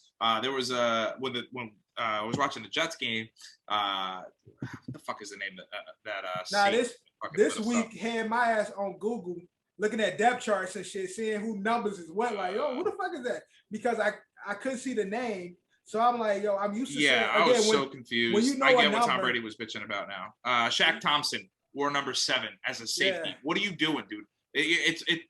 At some point, I don't know whose defense lined up that way. I want to say it might have been Shaq Thompson. I don't know who it was, but I saw 2 safeties in the backfield wearing 2 and 4, and I'm like, what the fuck is going on here right now? So the new numbers are, I was all for it, and now I just don't know what's happening. And again, you identify a lot of players. That's why in football you don't have to see their face, because you identify certain players with their numbers. And now, because there's so many moves been happening as of recent, niggas change their numbers. It's like, I'm on Google looking at depth charts, going to ESPN. Like, who the fuck is that? This? Like, very confusing, very confusing. Some might say this was the game of the week until it wasn't the game of the week. We're talking about the Browns and the Chiefs. Final score of that game, 33-29. I think the Vikings-Bengals game was better. That game was awesome. But I don't know who these Browns were, but they fucking lit it up. Nick Chubb, 83 yards on 15 attempts at 2 touchdowns. Kareem Hunt got himself a touchdown with only 33 rushing attempts. To leading receiver was David Njoku, surprisingly, for the Browns. But Baker Mayfield threw for 321. And then on the other side, Patrick Mahomes doing Patrick Mahomes things, the Chiefs doing Chiefs things. I don't know who could fucking stop this team. I saw in the post game. Patrick Mahomes was talking about, I just throw it deep. I know. Yeah, I know he's little. Somewhere. Yeah, he's little, but he's there somewhere. So I'm gonna just put it out there. And then he said sometimes it got to be like that. Yeah. But Chiefs came down, and I mean at some point in this game they were down 15 points. They came back to win it all. With again I think the game ended on a muff punt by the punter for the Cleveland Browns. Just bad snap, couldn't hold it together. Ended up trying to make something happen out of nothing, couldn't get it off, and then ends up getting sacked. I guess get tackled. Baker Mayfield had like a bad possession at the end of the game too. Yeah. But Patrick Mahomes again doing his thing, 337 yards, 3 touchdowns. Rushing, there wasn't anything crazy. Clyde Edwards-Helaire had 43 yards on 14 attempts. But Tyreek Hill, damn near 200 yards, 197 for 1 touchdown. Travis Kelce, 76 for 2 touchdowns. And McCoy Hardman, who again doesn't really fit in this offense all the way, but does still eat with 19 yards. That shit was fucking crazy. Are the Chiefs really it? Like, is this really like? Chiefs been it for the last. No, I know, but are they really it? Are they really? Bro, I mean, let's call it what it is. They lost in the AFC Championship game. Shit. Like that team is crazy. Like, but they lost in an AFC Championship game against Tom Brady. They go to Super Bowl, win the Super Bowl, go to another Super Bowl, lose the Super Bowl. What is the longevity of this team? Like, how much longer? Are they going to go to another Super Bowl this year? So based on that history, they went in the Super Bowl this year. Like, I guess. Based on what. Yeah, win. It's Super Bowl this year. Yeah, that's the pattern they're going. If they can do that shit, the way again with Pat Mahomes being as young as he is, they can do that shit for the next 6 seasons. Like, Jesus fucking Christ, that's crazy. I mean, they're good. I'm not hating. I fucking. But at what point are we gonna hate the Chiefs? At what point are we gonna be like, yo, fuck this team? Yo? No, I don't hate them because Pat Mahomes just looks like a cool guy. So yeah, he's such a likable guy. Yeah, you know what I'm saying? Again, his play style is fun. It ain't like boring as Brady. Like it don't have privilege like oozing out of it. You know what I'm saying? Yeah. They don't have that. They don't have that that slave master mentality or energy vibe above it. No, Patty Patty's like a cool dude. He look like a surfer. He got the cool curly mohawk. Like he talks cool. He got like, the little pencil mustache. He got the pencil mustache, a little bit of drip on the neck. Like he just cool as hell. Then he play cool than a motherfucker. So it's like, yo, if you hate Pat Mahomes, you really a fucking hater. Like that's really some hate ass shit. Like the way he played like NFL streets. Like we love that shit. Fun, everybody love that shit. Everybody hates a dynasty at some point. Nah, but I don't think I can ever hate the Chiefs. Again, unless they beat the Jets in the AFC Championship game, which that's like fucking 4 or 5 years out. I have no reason to fucking hate them. If they win the next 2 championships, we're gonna hate them. You just said Jets AFC Championship. Hey, 4 or 5 years out. I love how you thinking that. 4 or 5 years out. I'm not saying right now. I'm just making sure I'm just thinking for the future, man. I'm thinking, you know what I mean? I'm just making sure I heard what I heard. Okay. Few years out. Everybody hates a dynasty. Speaking it to existence. I got you, Aaron. Yeah. Look, if it doesn't happen, whatever. I'm happy. I'm gonna have a good year.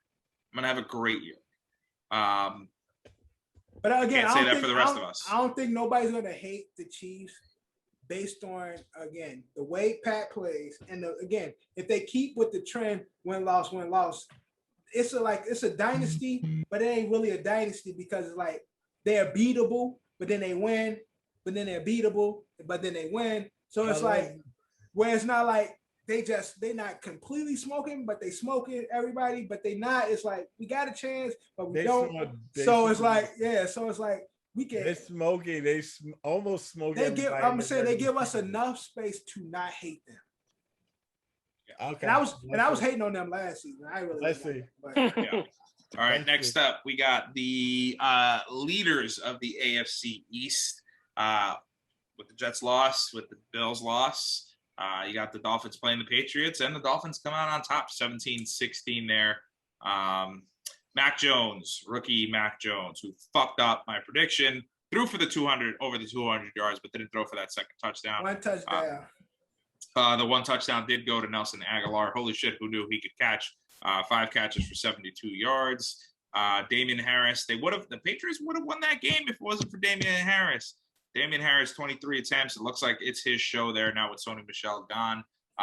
23 attempts, 100 yards, no touchdowns, but a crucial killer fumble. We mentioned before that Tua linked up with his old teammate Jalen Waddle for a touchdown. Tua threw that only touchdown to Jalen Waddle, only threw for 202 yards. And he sucks.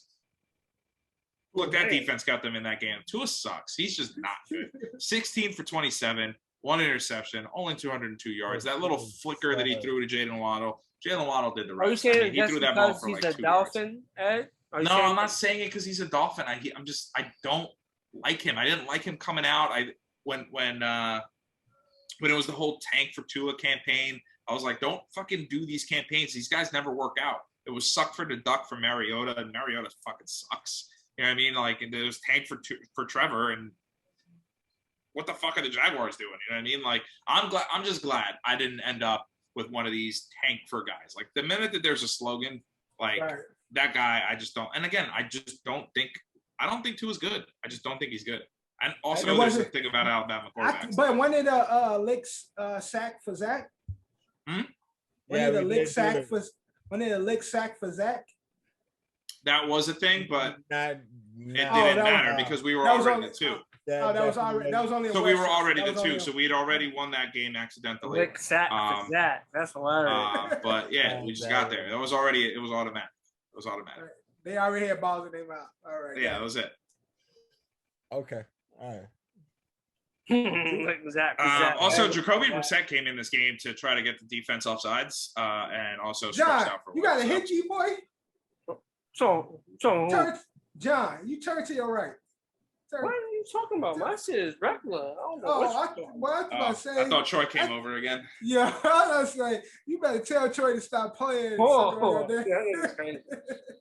Okay, game of the week. I love you, Troy.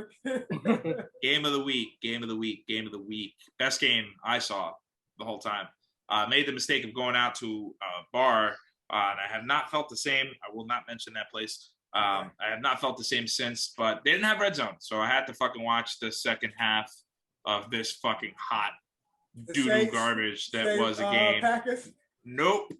Broncos Giants. Final score 27. 13.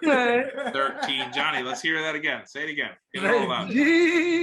Man. Oh, okay. Daniel Jones, 267 yards for one touchdown. That touchdown going to Sterling Shepard. And then he also rushed for one. But the main stat that's not on here, he fumbled. Again, in a crucial moment. Daniel Jones now has 40 turnovers in his very young career. 40. John. Listen, that fumble crushed my heart, but John. It was a bad fumble, but Daniel Jones not gonna get the complete blame for that. He actually had a solid game till that fumble. Now you're defending him. Bring what. Also, his accuracy was terrible. You're not going to talk about that? He made some head scratches, but Booker bailed him out on that fucking awesome catch that he had.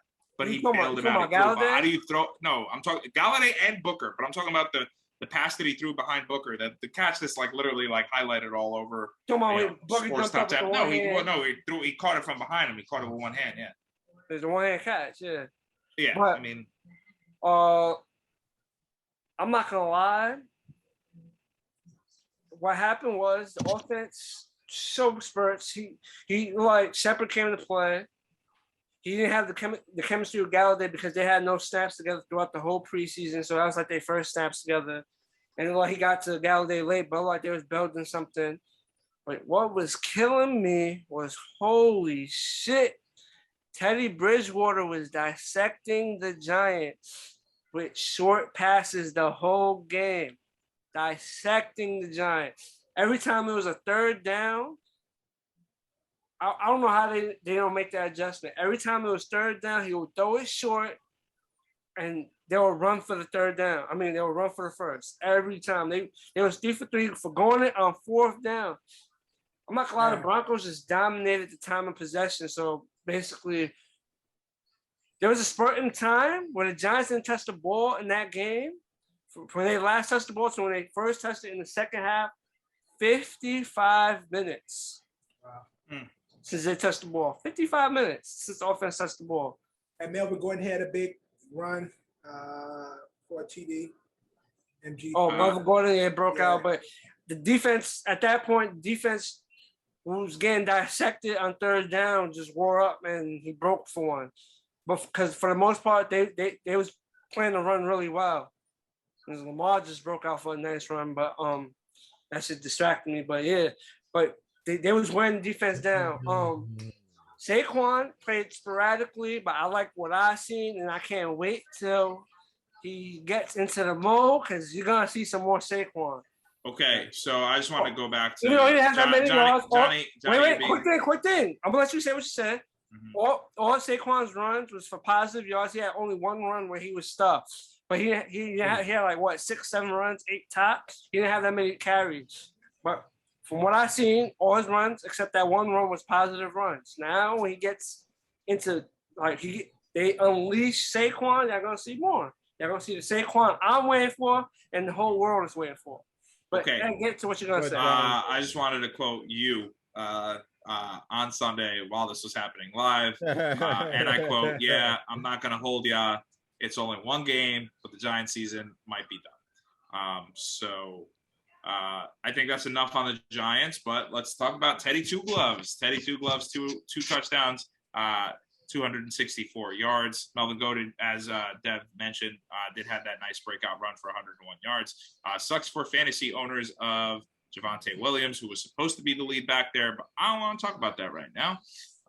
Jerry Jeudy went down in this game. I don't know. Does anyone have an update on what he's doing? I'm not gonna lie. Watching the game, I thought he broke his ankle. It looked like some over. No, it looked like some. The way his foot looked, and then it looked bad. I'm like, oh shit! I think. But it's a high ankle sprain. Yeah, so thank God it's just that, and he'll be back. But that shit was way worse. They say 8 weeks, but high ankle sprain for him and shit. I just wish Teddy Bridgewater was still with the Vikings. That would have been nice. I really do. That would have been nice. I wish he would have stayed with the Jets a little bit longer so we could have traded him for something a little bit more valuable than what we ended up trading him for. But that's neither here nor there. Now, this was the true shocker. This was unbelievable. I mean, I kind of saw it coming, but I didn't see it coming like this and this badly. I thought that shit was the only person. No. I thought that was gonna be a shootout. You can go back and you can play. I've been riding Jameis as well, but the only person that really truly saw this coming, is Devin. Jameis is all good, but I want to see how bad Aaron Rodgers. I had the Saints winning this game. I just didn't have them losing this battle. My nigga Jameis, bro.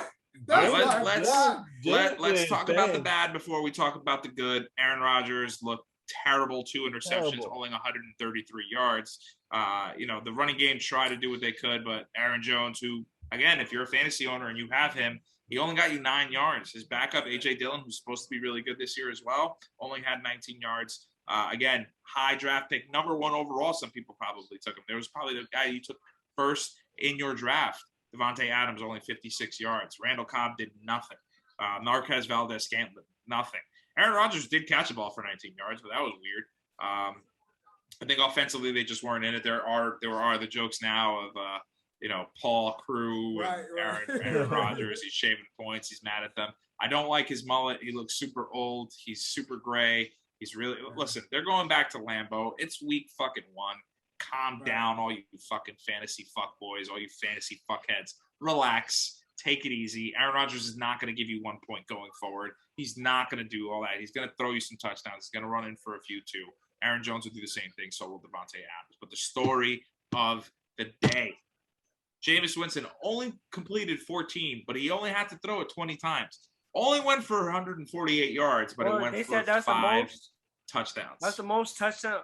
That's the most. That was the least amount of yards someone threw 5 touchdowns. Yeah. The least amount of yards. Yeah, crazy. One of them going to Kamara, one of them going to Hogan, none of them going to Callaway. Almost Callaway. Almost went to Callaway. One going to Harris, and 2 going to the tight end Johnson, who is available in most leagues. So do pick him up because he's going to get a ton of targets. And Ty Montgomery's there all over again, apparently. But Dev, go ahead, take your victory lap, man. Jameis. Man, no. Talk about it. Again, the only black student in the school of Favre. I nigga Jameis eating W's, man. I told y'all I was fucking with Jameis with Tampa. Even when he was fucking up, I like the gunslinger. And Jameis is now making smarter decisions. Eyes all right. They had the Spider-Man surgery. Yeah, that LASIK surgery. They had the Spider-Man pick. Remember the first Spider-Man? Spider-Man meme. Yeah, with the glasses and shit. Jameis can see, and he putting that shit. He bombing that shit and putting that shit where the ball's supposed to be, man.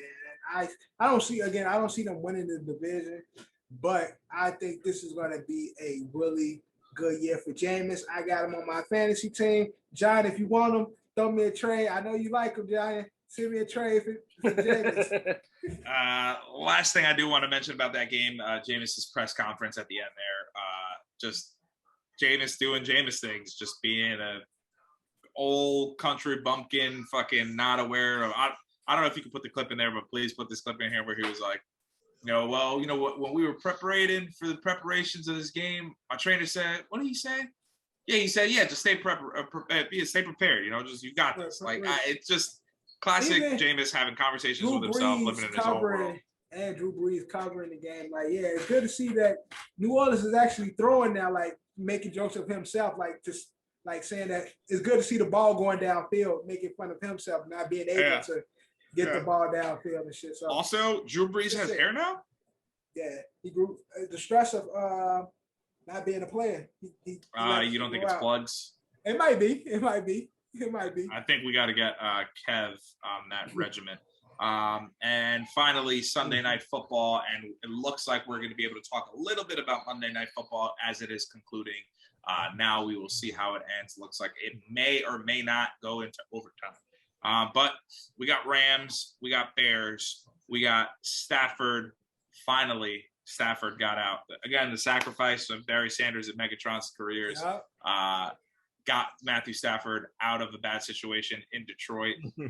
And the Bears keep fucking playing games. Why would you throw Justin Fields out there to fucking throw 2 balls, 10 yards, and then rush for one? Like, what are we doing? Both teams. Even the 49ers. If you're not going to draft, I know you got to draft these quarterbacks. Just let them sit out and let them wait their turn. I don't like that they're using them. Yeah, don't tease them and shit. The fans are not going to be happy. I mean, Justin Fields is the only reason why the Bears have a score in this game. Andy Dalton did not throw for a touchdown, only threw for an interception.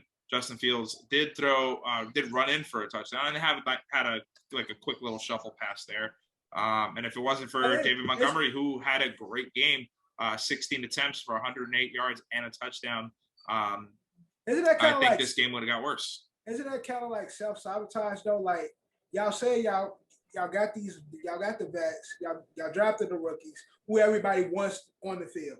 Yeah. Y'all draft these y'all got these vets who y'all saying are gonna be y'all starters. But then y'all put the rookie QBs on there on the field that we all want to be fucking starting anyway.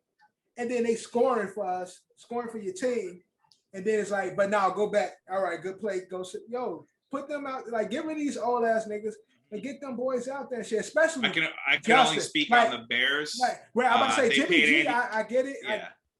But like Jimmy G, okay, deserves to be out there. Fucking Andy ain't. Bears pay Andy, but y'all still drafted Justin Fields. And this game is going into overtime. Just wanted to let you guys know. Yeah, Ravens. But Justin Fields, who out of all between Trey Lance and Justin Fields, there's definitely more people that want to see Justin Fields on the field right now. They want to see Justin Fields on the field right now. So you put him in there, he rushed for a touchdown. Andy don't do shit. What the fuck are y'all doing, man? They paid. I can answer that for you. They paid Andy Dalton $10 million and told him he was going to be the starter on the team. So they're just trying to be fucking nice and letting him start a few games at the sacrifice of losing a few games. I think the Bears are fully aware that their defense is completely falling apart. It's gone to shambles. I mean, the first touchdown pass for Matthew Stafford completed to Vance Jefferson. He laid on the ground for like 30 seconds before anyone even realized, like, just touch him. Touch him. Like, just touch him. I think the Bears know that they're going to be bad. I think that, and there are rumors that it's like, oh, well, you don't want, you don't want Justin Fields getting sacked by Aaron Donald. But it's like, okay, so then when they play the fucking Bears week 3 or 4 or whatever it is, like, you want him to get sacked by fucking Myles Garrett or what's his fucking name? What's his name? Highlight dude. Highlight dude over there. It's a Davion Clowney. Yeah, like, do you want that? Like, so, but the other part of it too is that they're like, well, you don't want to put him in a situation where he's going to fail. So it's like, maybe he could be this again, to be in the same situation that like teams like the Jets, the Jaguars, I guess the Bengals are kind of in, where it's like, yeah, like, your team sucks, but like, just so you know, you're going to lose a lot of games before you get better. So we'll see with that. But the real story is Matthew Stafford, 321 yards, 3 touchdowns. The running game didn't go too crazy. Darrell Henderson did rush in for a touchdown. My guy, little Cooper Kupp, did little Cooper Kupp things, 104 yards, 1 touchdown. And Tyler Higbee did not really do what I wanted him to do, but Captain Robert Woods also still had some great catches, even though it only accumulated for 27 yards. And that defense is still that defense. I'm trying to total up the sacks here. Only 1 sack, surprisingly. 3 sacks. 2 from Hollins and 1 from Aaron Donald. And as I just mentioned, as of right now, maybe we'll give you the final score at the end of the game, but Monday Night Football is currently tied 27-27 to start overtime. Now, because of that, I thought we'd have the score and we have our official win count for the week. We gotta get into week 2 and our picks for week 2 while they're in a week 1. Well, if anything, you could just put the graphic. So of course. So here is the wins for this week. We don't know yet, but you guys know before we do. You guys will know before us, but I'm pretty sure that I won this week. That I am sure of. By how much, I don't know yet. How many wins, I don't know yet. We will see, but I definitely won this week. Now, we'll get into the picks for week 2. All right, first up, Thursday night, we got the Giants versus Washington football team. Drew, we can't make our picks. What do you mean? We can't make our picks them on for the next app. week. You can't do them in the app. You gotta write them down. Remember, all good. So, like I always do, I'll send the graphic with everybody's pick. Oh, you're gonna send it? Perfect. Yeah, I'll get Kev's and DQ's picks. Well, they actually will be able to put their picks in, but you guys, I'll send the graphic with y'all picks. But first up, we got Thursday night. We got the Giants versus Washington. Drew, who you got?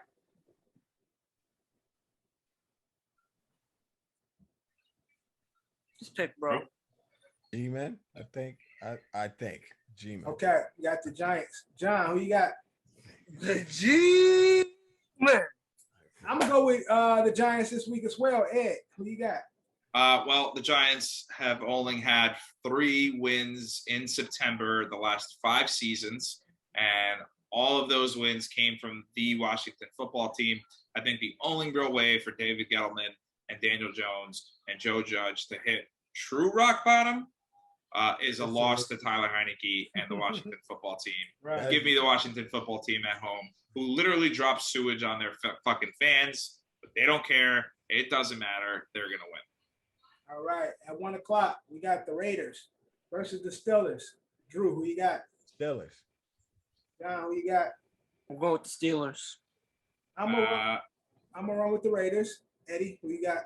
Oh, you know what I haven't been doing is the spreads because it's too early to do the spreads. So no spreads this week. We'll get them next week. Right, exactly. All right, no spread. All right. So, I mean, the Raiders, they got the ball back here, leading this drive. They could potentially win this game and upset the Baltimore Ravens. Again, Steelers offensively did not impress me, but it is in Heinz Field. Give me the Raiders. Fuck it. Give me the Raiders. I don't care. I'll take a flyer on them. Not even know the spreads. All right. Next up, we got the 49ers versus the Eagles. Drew, who you got? Actually, I'm going with Eagles. All right. John, who you got? I'm going with the Niners. I have the Niners as well. Ed, who you got? That was cute what the Eagles did last week against a really, really bad Atlanta football team. That's not going to happen against a really good defense in the San Francisco 49ers. Well, the Niners don't care if you're home. To injuries, so. The Niners lost running backs to injury. That doesn't matter. That literally doesn't matter. They lost a running back and they lost a defensive player. They lost 2. They have a factory. Doesn't matter. They have a running back factory. It's fine. Give me the Niners. All right, next up, we got Texans Browns all around. 3, 2, 1. And it's the Browns. Again, yeah. Is the Browns versus who? Texans. In Browns. Yeah. It was cute what the Texans did, but again, it was against a bad Jacksonville Jaguars team. Not going to happen against a team that almost beat the Chiefs. Speaking of bad Jaguars teams, we got the Broncos versus the Jaguars. Broncos. All around.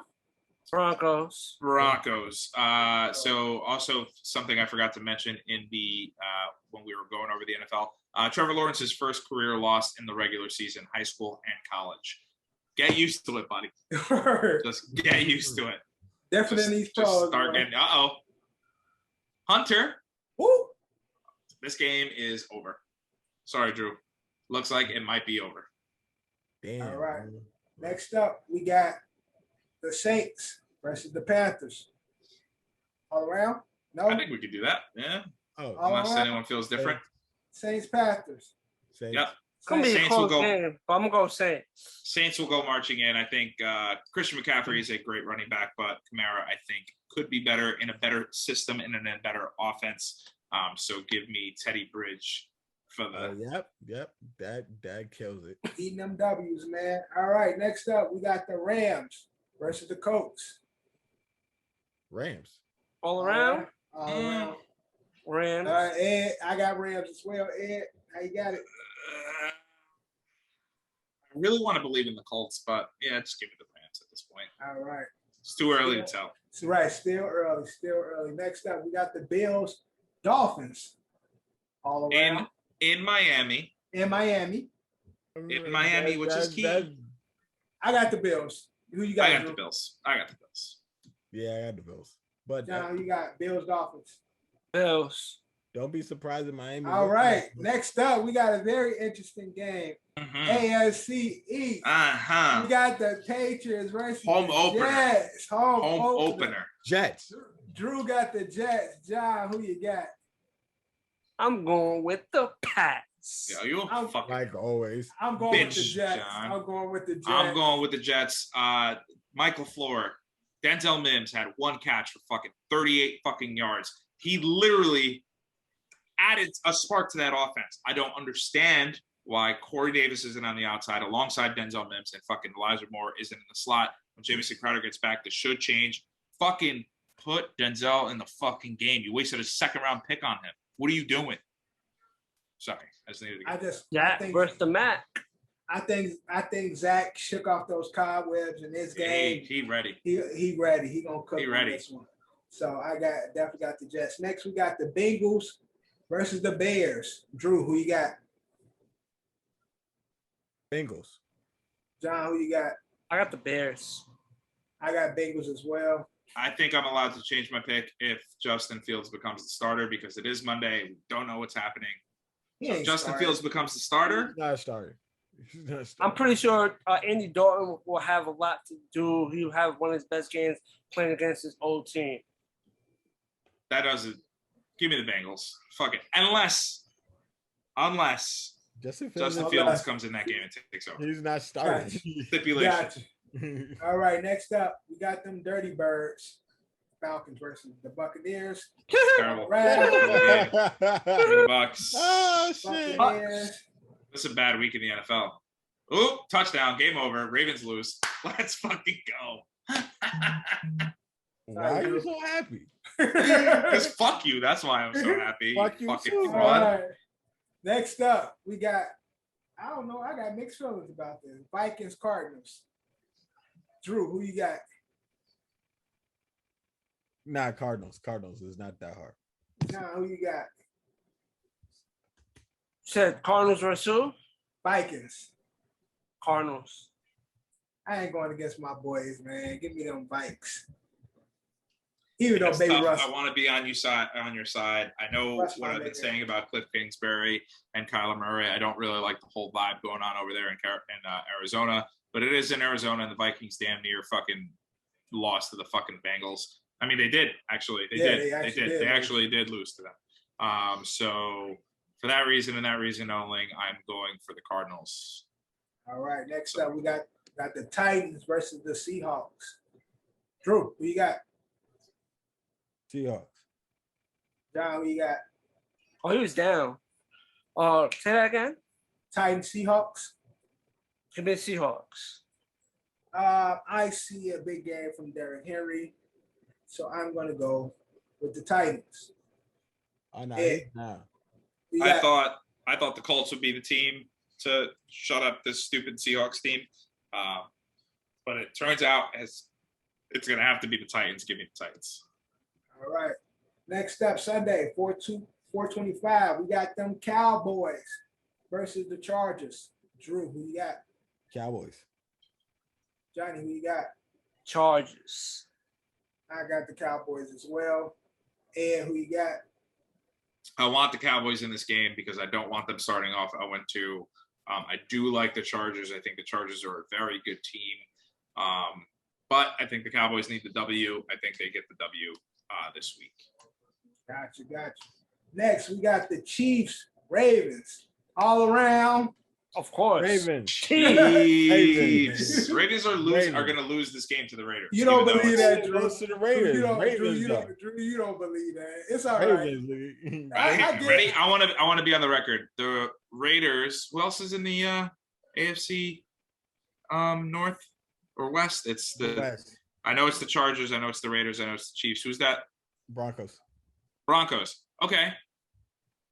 Wait. Okay, what? The Ravens will lose to every team in the AFC West. This season. Every team. Every single one of them. Okay.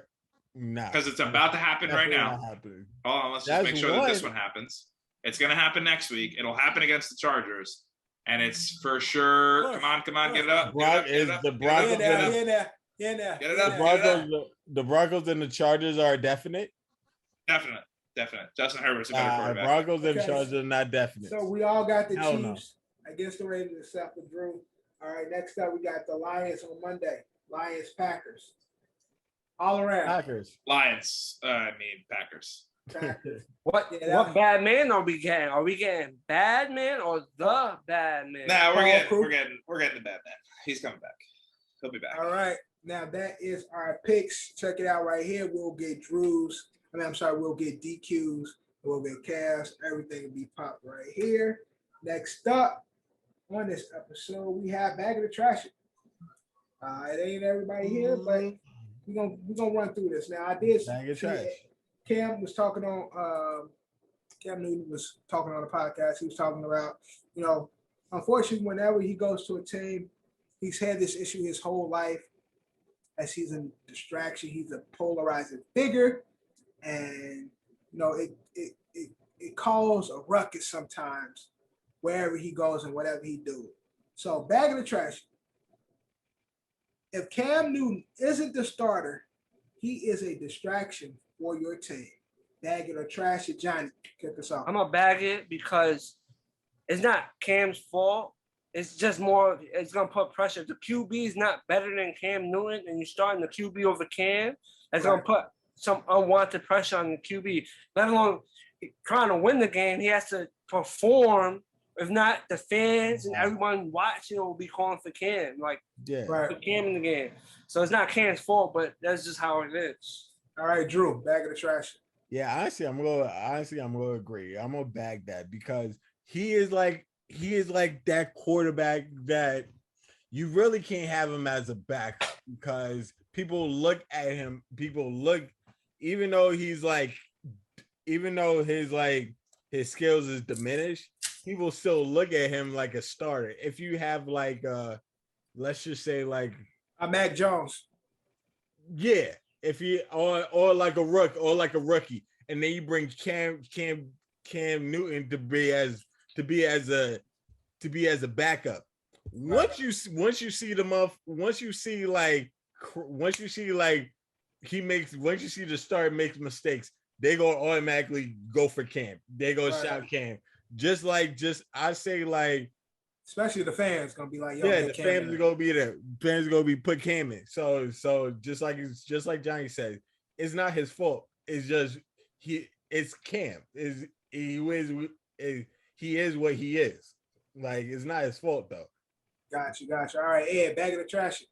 I'll trash it just because I think if he goes to the right team and the right fit, oh my goodness gracious.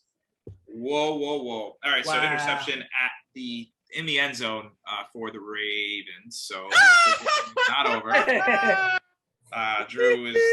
excited, but we'll see what happens. So now a field goal will win this game, but we will see. Hopefully it ends in a tie because I want all games to end in ties at some point. A couple games to end in a tie. But yeah, no, I get it. Look, if he goes to, like, honestly, I think a good fit for him right now would be the Washington football team. Yeah, I mean, but is that a distraction? No. If Fitzpatrick comes back and he's healthy, then I think that, and again, I don't think Cam is the MVP that we all know him to be anymore. He's not. Yeah, I don't know if it's the COVID brain that he got from the COVID. I don't know what it is. I don't know if it's the injury that he had the second to last year in Carolina. I don't know what it was, but clearly something's different. He's not the same MVP, but I think he would totally understand if Fitzpatrick comes back in 6 weeks, and then he'll be like, yeah, listen, like, I haven't been playing great. We haven't won that many games, and Fitzpatrick probably has more chemistry with the receivers than I do. Yeah. Well, again, honestly, this can go either way, bag or trash, because I definitely will bag it if your QB is ass, because Cam is going to put the pressure on your QB. But if you got a solid QB, then you don't have, and you put Cam on your bench, you find a way to put him in the offense, but he's no threat to the starter. I think there's a lot of times when you have these QBs who, like a Mac Jones or like a Ryan Fitzpatrick, let's say like a Kirk Cousins. Yeah, or a Kirk Cousins, who's like, we don't mid-tier, these mid-tier QBs, it's like, yeah, Cam is a threat. But if you put him on the Bills, you put him on the Chiefs, you put him with the Ravens, like, yeah, we're going to put him in the offense because we know what skills he has, but he's not a threat to the number one. But that's the point, though. The teams that's going to be calling Cam, if any team's calling Cam, is not going to be a team that's going to be in those types of situations. It's going to be a team where Cam is a threat to take that starting position. Yeah, so based on a team like Arizona is not calling. Right, and I'm saying if you go to Arizona, Kyle ain't got nothing to worry with. Arizona found some way to put both of them in the offense, but Kyle ain't worried about him taking his job, because with Cam on the team, you need to have him in your offense somewhere. But if you got a premier QB, that QB ain't worried. If anything, y'all gonna use both of the QBs and find a cool way to use both of them. But in regards to this mid-tier, low rookie QBs, yes, bag it, because Cam is a threat, and you can't have these people making a trial and error, knowing that Cam is on the bench, and people see Cam still as a fairly good QB, and you can't have a player that polarized sitting on the bench. So I'll bag it off of that. All right, next up, speaking of the Ravens, they're playing right now in OT. A lot of running back issues so far this season. But bag of the trash, with all the running back issues, can Ravens win AFC North? No. John, kick us off. Bag of the trash. I'm going to trash it. I think the Steelers a legitimate shot to win the North. Ravens still in there, but Steelers have a legitimate shot. And the Ravens dealing with running back issues. They're not going to feel it now, but they're going to probably eventually feel it. But they have a legit threat in the Steelers. All right, Eddie, bag of the trash. Tyson Williams broke one for 50-something yards. Got it for a touchdown, so he did pretty good. He did, yeah.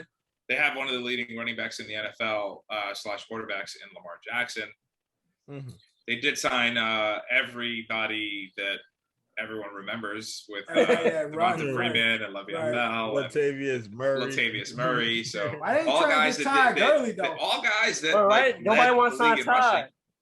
Huh? Todd not even 30 yet. Ty who? Todd Gurley. Todd Gurley's not signed? Still? He's a free agent currently. That's crazy.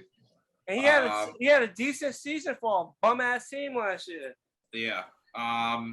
Ball's out. Jesus Christ, this is bad. Oh man. Okay. Geez, I hope this game ends in a tie. This game ain't gonna never end. Well, the way that this game is going, John, who mentioned the Steelers? I did. John, and I heard Drew bashing his own team, and before you said no. No. You said no. I heard you say no. Ed. What I'm trying to say is that they can win, but they can lose. It's either way. Like okay, cool. I got the Browns winning the division anyway. I see both. So you trashing it, Ed? I'll trash it. Yeah, they're not gonna win. Well, no. The question is, I'm saying, can Ravens win the NFC North? So you bag it. No, you trash it. I'm trashing the fact that they will. Yeah. No. Right, now, Drew. Drew, with all the They running can back win. issues, can they win the AFC North? Yeah, they can win the AFC North. Yes. Okay. I think I'm Lamar's back. dead. You bag it. I am. Oh no, he's good. I am trashing it. I think who's in a division? Oh, Steelers. Carl Nassib. Steelers. Shout out to Browns. LGBTQ. Carl Nassib got the sack. Steelers, Strip Browns, sack. Bengals. I think Ravens will have the worst record in that division this season. Bengals, Browns, Steelers, Ravens. No, definitely Worst not record. the worst record. Worst Nah, record. you Browns, bugging. Steelers, Ravens. You are They're- bugging. Bengals would be You worse. are bugging. They're gonna You be, are if bugging. anything, they're gonna be a few games above the Bengals. But You are bugging. definitely, They definitely can get a wild card spot. definitely after definitely third or fourth in that division. So I'm gonna trash it. I mean, well, I'm a bag. I don't know what I'm doing. What's the question? Well, You're trashing it basically. You're trashing. yeah, trashing. I'm trashing. They ain't doing shit. All right, next up. Yeah. Now Cowboys again. First game. We only got 1 week. But they look good. And then they got their record. I mean, their season, their games is they have a very easy schedule. They won't play another playoff team until week 11, and that's against the Chiefs. Wow. Everybody that they play against for the next 10 weeks are non-playoff teams. So with that being said, will the Cowboys win more than 10 games this season? Eddie, bag of the trash. Let's see. Let's quickly play the game. What's on their schedule? 1, 2, 3, 4, 5, 6, 7, 8, 9. Yeah, bag it. They got 10 wins. 10 is the line, though. Right. So, Drew, will Cowboys win 10 games this season? Yes, bag it. Win more than 10 games. I'm sorry. They can. Bag it. All right, John. They can. Wait, it was win? Shit. What if they win 10? The question is win more than 10. Oh, then trash it. Okay. 10 is the line. Trash it. John, do you see him getting the line? Hmm? Do you see him meeting the line? No. John how said many under. I say like 6 or 7, maybe 8. Oh, wow. Why are you acting Johnny, bro? How many will the Giants have, Why are Don? you acting Johnny?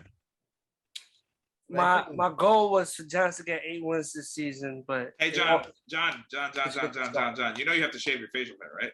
No, I have to shave my mustache. Your mustache. Yes. Game over. Mustache is facial hair. Yeah, your No. mustache is gone. That I mustache have is a mine. beard, You don't have to so shave the beard. Just the Yeah. mustache. I you gotta keep my keep- beard. But Mustache is facial hair, so technically it is. No, Nah, you he's just doing this. No, Yeah, but He's got gonna the keep the mustache. beard, so No, it's gonna I'm look like this. You're going to have a raper All right. face.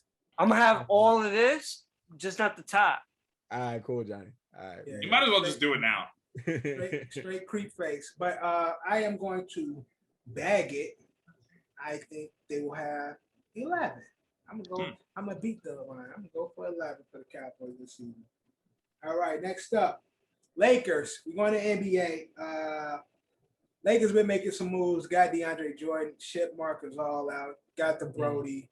AD gonna be healthy. It looks like maybe possibly we'll see. We'll That's see. that's a big question. Rondo's back. LeBron is LeBron. Melo's there. We might, Melo, Hoodie Melo gonna be playing.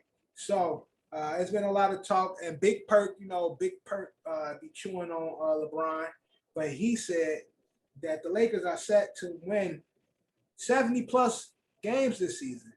So he is the Lakers set to win 70 plus wins this season. Drew, you say trash. He's bugging. trash it. Johnny, He bugging. Lakers I'm like 70 Lakers plus. not winning 70 games. He bugging. He bugging. trashing it. All right, Ed, 70 plus for the Lakers. 70 plus. There's 82 games this season. 82 He games bugging. in the season. He bugging. No, they're gonna win 60. 60. Fair. All right, so you trashing it, and I'm definitely trashing Big Perk. Chill out, bro. All right. And last up in bag of trash it. Late entry added by Johnny Five, through social media. They've been talking about, the top 5. It's always an argument about the top 5 list. top 5 of all time, top 5 shooting guard, top 5 point guard. But now we're talking the top 5 point. And the new conversation is if Russell Westbrook, the Brody, get a ring, he has solidified his spot in the top 5 point guards of all time. Nah, that shit's time. So, bag of the trash. John kicking it off. Does a ring make the Brody a top 5 point guard of all time? Trying to think who's considered top 5. They really only do it because he did the triple doubles. That's mainly was that question really coming about because Russ Westbrook changed the game. Like, so you got nobody's doing what he's doing. He's a point guard averaging 10 rebounds a game. Yeah, I know. It's the triple doubles that's making the question a question. If he just got a ring, he wouldn't be top 5. It's the fact that he averaged triple doubles for 3 seasons. Again, when you talk about he did it 4 times. Yeah, that's what makes it. So when you talk about the greatest, you got, you're talking about Magic, you're talking about Steph, you're talking about John Stockton, you're talking about Jason Kidd, you're talking about Oscar Robertson. What I'm gonna trash it. I love Russ. I'm gonna trash it, but I want to know what that top 5 is. You have to win at least 2 championships to be top 5 point guard. What is the consistency of a top 5 point guard? Like in the top 5 list of point guards, what is that? Who is that? Who is the top 5? I don't think there is a consistency. You guys, Isaiah Thomas up in there. Isaiah. I wouldn't consider Steph top 5. I wouldn't consider Steph Curry. Steph Curry. You say who's above him? Who's above him? No, I got map. That's what I'm saying. I got to map it out. I got to actually think. Who's above him? Man, Steph Curry's a lot in the top 5. Yeah, Steph Curry's probably 3. Yeah. I got to think of a top. You got CP. You got Big O. You got Magic. I'm gonna come with a list. Okay. I'm gonna give you a list right now. This is my list. I may not do my list. Okay. It's Magic. Curry. Isaiah. Kidd. Is my 4. CP3. I love CP, but that 5th spot is very arguable. Right. That 5th spot, yeah. That 5th spot is very arguable because some people can make the case for Nash. Some can make the case for Stockton. Yeah. And then we brought up. Obviously, some would love to make the case for CP. So that's what I'm saying. That 5th spot. And something that all those point guards we just mentioned that haven't, what they have in common is they haven't won a championship. Right. The top 4, my top 4, all have championship rings. So, John, did you bag it or trash it? I trashed it. Okay, you trashed it. I said Russ got to win at least 2, and depends on his impact on the team because he's obviously playing for a super team. Right. So that to me changes how I view it. I don't really view people in super teams to a high standard. You know, like it's like he went on a super team. Even though your team is a super team? Not really. My team is a super team. Yeah, but I'm just saying, like, I'm not the fan of a super team. Even though my team is a super team, I'm not a fan of it. It's a little different. It's like, I look at you as like, with some super teams, it's a little bit of asterisk next to it. As I'm saying, I take you out, plug somebody else in, I look at it, that team still would have won the championship. Right. Like, all right, Drew. So Drew, you bag it or trash it? I got trash it just because like they really just put him up there of the triple doubles. That's mainly what that thing is. Because if it was no triple doubles and he just get ring in LA, it wouldn't be a talk of this top 5. They mainly put him there because of the triple doubles that he had, averaging a triple double, and they haven't seen that since Oscar Robertson. Oh yeah, Oscar Robinson is in the top 5 guards too. Exactly. Like, yeah. All right, Eddie, top 5 point. Russ, Brody. Trash. Yeah, I mean, we kind of all talked through it a little bit. I would say he's in the top 10. Right. Yeah, he'll top 10. Yeah, he's definitely top 10. Yeah, and again, I'm gonna trash it for all the people that y'all said. My list consists of no particular order. Magic, Big O, Steph, J Kidd, and CP3.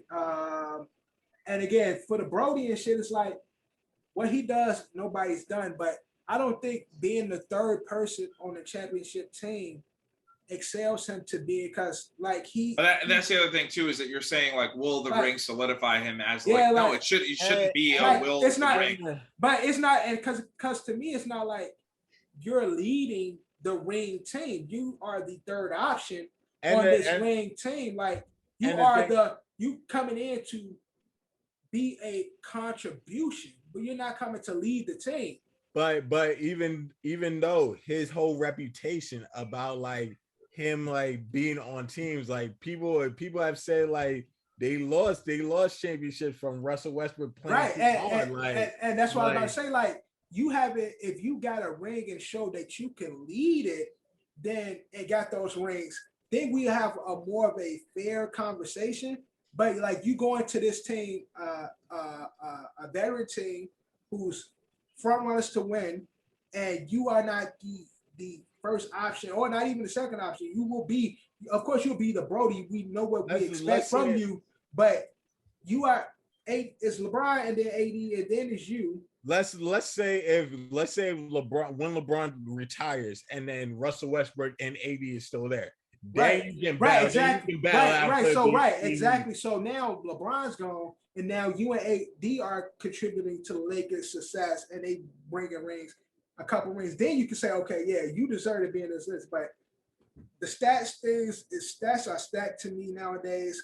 A lot of shit, we're in the scoring era. A lot of shit be going on that, again, to me is like, yo, of course, I see records. I don't see no record being held forever in the way the game is played now. But Russ's, that's probably the only one. But like a lot of these records that these guys and numbers putting up, I see a lot more players doing it. But again, I'm gonna trash it. I don't think this ring, especially his position on this team, is going to solidify him to be a top 5 point guard. And that is Bagger trash it. We're moving on to Marquee Miss now. Usually Marquee Miss, we do a team and a player, especially with the NFL. But I'll be honest, I ain't like how it went last year. Y'all was making some weak ass picks. No, it wasn't. You say it was. I got where you were coming from, but at the same time, it's like I didn't always pick fucking New York. Look, it's not everybody. But it happened too much. It just every game though in the 1 o'clock slate, like literally every single game in the 1 o'clock slate is it's the marquee game. No. Every game you have to hear me out. Every game of the 1 o'clock slate is only local. It's the 425 games, and depending on the game, that's the game of the week. So whatever game is on Fox, that's the game of the week. This week it was Chiefs, Browns, and that's nationally televised. Right. But see, no matter what market you're in, exactly. The problem that I had last season, he had a problem because we're a New York-based podcast. He thinks every New York game is a marquee game. Let's just say if a New York team is 2-7, is the next New York game gonna be a marquee game? Hell no. We had too many New York games. We had too many Dallas games, and we had too many fucking Chiefs and Buccaneers games. It's like, bruh. Of course, like you can't pick the game of the week. That's what I'm saying, bro. How can you have these games as a marquee miss? Like you got Drew is YouTube. Johnny and Kev is guilty of the Giants. I hated it. It's always Giants. I didn't pick them always, but I did pick them a couple times though. No, but like DQ always picked game though. Kev, my point is that there's only 3 games that are nationally televised. It's the game of the week on CBS or Fox, depending on what it is. Right. It's Monday Night Football. Sorry, 4 games. It's Monday Night Football, Sunday Night Football, the game of the week, which is usually a 4:00 game, and then Thursday Night Football. Those are the only ones that are national. But then there are matchups that we all know historically. These are teams. Of course, it's going to be a great game, and y'all Packers, Bears. Yeah, and y'all pick the fucking game. But like, just say that if it's like rivals, though. But I kept saying that last season. Like, why y'all picking this game? This is not a fucking marquee miss. This is a big game. Y'all was picking games that wasn't marquee miss. So what we're doing this season? To get some variety. We doing the games We next doing week. Marquee Misses. We doing the games next week. Okay, well, I ain't gonna be here. So We doing the games next week. Son. No, we're not. Eddie, No, we're not. Yes, Eddie, we are. We doing I'm the in games charge. next No, we're week. not. Eddie, Fuck Eddie, that shit. Eddie, you Eddie, handle that. Eddie and he's a John. fucking I tool. leave y'all in charge. Y'all handle it. Y'all got He's it. a fucking tool. This week we are doing Marquee Miss players because there are so many players. There's a lot of possible shining stars. So give us your Marquee Miss player to watch, a player that you expect, and don't say fucking Zeke Elliott, but a player that you expect. Don't say fucking Lamar, and to have a good week for week 2 that a lot of people might sleep on. Drew, Marquee Miss player. Shut up. Micah sick. Damn, what's his fucking last name? Mike Gesicki, yeah. Gesicki and Gesicki from Miami. Tight end. Yes. I see you get the gist of what I'm doing. Good job, Drew. Good Shut the fuck up. Job. Yes, hold this. All right. Yo, you're so rude. Johnny, Marquee Miss player. I don't know if Dev is gonna like my pick. Oh shit, he about to say Kenny Galladay. No. But he's gonna be. It is a Giants player. Okay. I don't know if Dev's gonna like my Don't pick. say no Saquon. But nigga, I would never pick Saquon as a Marquee Miss. I don't think he's way past that. Other than the people that I just said, you got it. I was gonna go Daniel Jones, but this week, for what last week happened, I'm gonna go James Bradbury. Okay. Defensive back of the New York Giants. All right. I didn't like how the Giants defense went, and he's like the face. Giants? He said the Giants. He said the Giants. I didn't like how the defense. Johnny trying to sprinkle championship in the air. I don't like how the defense was playing. Now I want James Bradbury to take Terry out that game this Thursday, and let's see what happens. Drew, Dev, put that clip again. It's Scary Terry's Caps. Do it again. Okay, right here, right. Drop, you think you're right gonna stop that? Look at Listen, that, John. He is my Marquee Miss player. It's his job. James Bradbury, don't do that, Ed. He plays for my team, but he's one of the best quarterbacks in the league. Sure, but Scary Terry is Scary's good, but that's why I picked him. I want him to take him out and help the Giants make a bounce back in week 2. All right, Bradbury shuts down Scary Terry. We will see. Ed, Marquee Miss player. Ravens just lost this game 33-27, final in overtime. Although Tyson Williams, that is how you pronounce his name, Tyson Williams, had a great run there, but it looks like they need more weapons. It looks like they need more offense. They don't have receivers. Hollywood Brown isn't who we expected to be. Definitely right. Sammy Watkins played well. Sammy Watkins had a nice catch. That was cute. But you know what they need: a guy who can run the ball and catch the ball as a receiver. A guy who we paid a shitload of money to. A guy who unfortunately got stuck with a terrible coach and then got traded to a team. They knew, Joe Douglas knew what he was doing. Joey was like, give me some picks. Let's send him to a team he ain't going to play. He's not going to hurt us.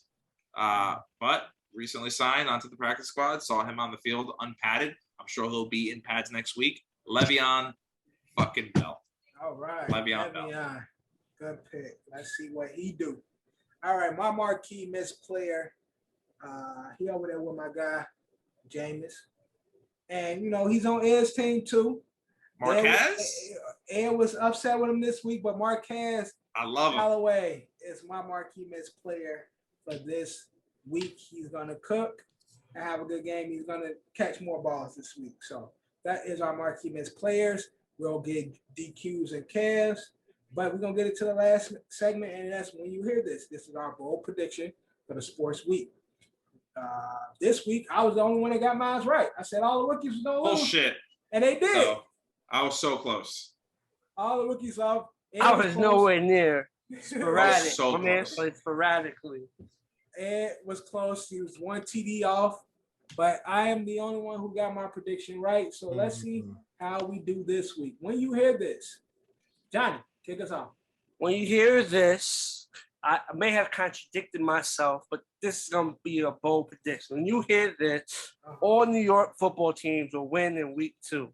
Woo! Giants, Jets, Buffalo, right? You consider Buffalo too, right? Yeah. Okay. Gotcha. So all wins for all of New York. I just had to make sure, outside of the. What was Johnny's again? Sorry, my NYC. You said what, Ed? What was yours again? Mine's? Yeah. I said all New York teams will win week 2. You know what I'm saying? A lot of It's a people bold don't prediction. No, outside of the boroughs, people be forgetting, there's Buffalo and shit. So I just had to make sure that you consider them. Got it. All right, DQ. I'm sorry, Drew. Yo, stop calling me DQ. I know I do it a lot. I'm sorry. I do it a lot. But when you hear this, Hey, say my name. Drew. Say my name. Hey, yo. Drew, when you hear this, Corey Davis going to catch for 3 touchdowns, bro. Hey, Corey, yo. damn, 3 TDs for Corey. 3 TDs, Corey Davis. Again, they playing against the Pats. It's possible. Pats got a decent defense. We're gonna see. All right, Ed, when you hear this, I'm gonna stick with the Jets. Only the Jets this time because clearly I can't trust Mac Jones or Trevor Lawrence. Well, Trevor Lawrence I can trust. But Zach will throw for 1, rush for 1. And one of those is going to go to Elijah Moore. So that's 3 things that have to hit. Okay. So Zach will rush. Zach rush. Throw. And if he has 4, I don't think he will, but if he has 4, at least one of those touchdowns that he throws will go to Elijah Moore. Gotcha. He really can do 2 of those in one. Well, Elijah fucking dropped the fucking ball a few times, so that pissed me off. I mean, that did happen. All right. When you hear this now, the Cardinals had a good show in week 1. Vikings not so much, but they'll be playing against each other in week 2. So when you hear this, Kirk Cousins will pass for 4 touchdowns to the Thielen. Oh my God. To the Thielen, to the Jefferson. What about what's his name? Hold on, homeboy fucking stole some touchdowns from Jefferson. To the Thielen, to the Jefferson, 4 TDs for Kurt McGurk, Captain Kirk I don't Cousins. Know 4 TDs, bro. Kirk Cousins, 4 TDs this week against Arizona. I know they had a good defense. They had a good defensive showing this week, but I think my boys are gonna show their ass. Who they playing? They playing Arizona. They got Arizona this week. So I don't know what you're talking about. You said you don't know. But wait, because the Arizona did play good. So it's the Vikings though. It's the Vikings. KJ Osborne, who stole 76 yards. Yeah, I didn't even know who Buddy was to be honest. But he stole some yards through some catches from Just, but TDs for Just, 2 of them. Thielen, 2 touchdowns, 4 touchdowns for Kirk Cousins, and that is our episode 22 OSA, overall 72. Season 2, episode 22. Season 2, episode 22. You know what I mean, Drew. And you got to correct me all the time. All right. And now it's the 4 of us in the building. Hopefully, well, not hopefully. Next week I won't be here. So it might be 4 again because Kev will be here. I'm sure Drew and Johnny and Ed will be here. So I won't be here. I don't know about DQ. So it might be 5 of y'all, 4 of y'all. No, 4 of y'all. Right. 4 of y'all next week. Guys, I will be in DR celebrating my 2-year wedding anniversary. Which is crazy, Dad. It's crazy. 2 years ago, we used to do that in DR. 2 years. It's supposed to have been last year. I was supposed to have been there again, but COVID happened. So we're going. You taking Dorian or who's watching Dorian? No, we taking Dorian with us. Dorian's going with us. So they gonna hold it down while I'm gone. I trust in Ed and Johnny and Ed and Johnny only. So this will be that's a shot. It has Bang bang, nigga. Fuck you too. So, and I'm sure Ed and Johnny will hold it down. The rest of these guys, I don't know, but I will catch you guys when I come back. Thank you for listening. Thank you for watching. Again, make sure you like, comment, subscribe. Make sure you share. Make sure you rate. Check out that Dykeman podcast episode whenever they come out with. Whenever it comes out. Also, quick announcement. Hold it down. I will be on more episodes on Dykeman podcast going forward. Dev, I'm gonna pop in. We're gonna have you pop in a couple times, but again, they loved it, so I guess I'm there. So. Again, those episodes come out whenever they come out, so just make sure you follow the Dykeman podcast. Make sure y'all check out the Dykeman, but make sure you come here first. And, of course. Again, hopefully we have DQ back. Hopefully we have Care back. But you know we got Blue here, we got Johnny 5 here, and our host Eddie Porter Chata here. But like always, we out. You claim me the illest. You don't believe in yourself to forget it. You gotta put yourself up in position. Ice game on bare ice. And my ice game's been in the kitchen. How can you tell me to pick a religion? I'm 24 and I'm broke as a bitch. But I'm a millionaire rich in the spirit. Yeah. Hoping you get my plight. 24 hours in a day. Goofy ass niggas might die by night. Stand clear. Hands in the air. I know my rights. This for the people who say ain't scared.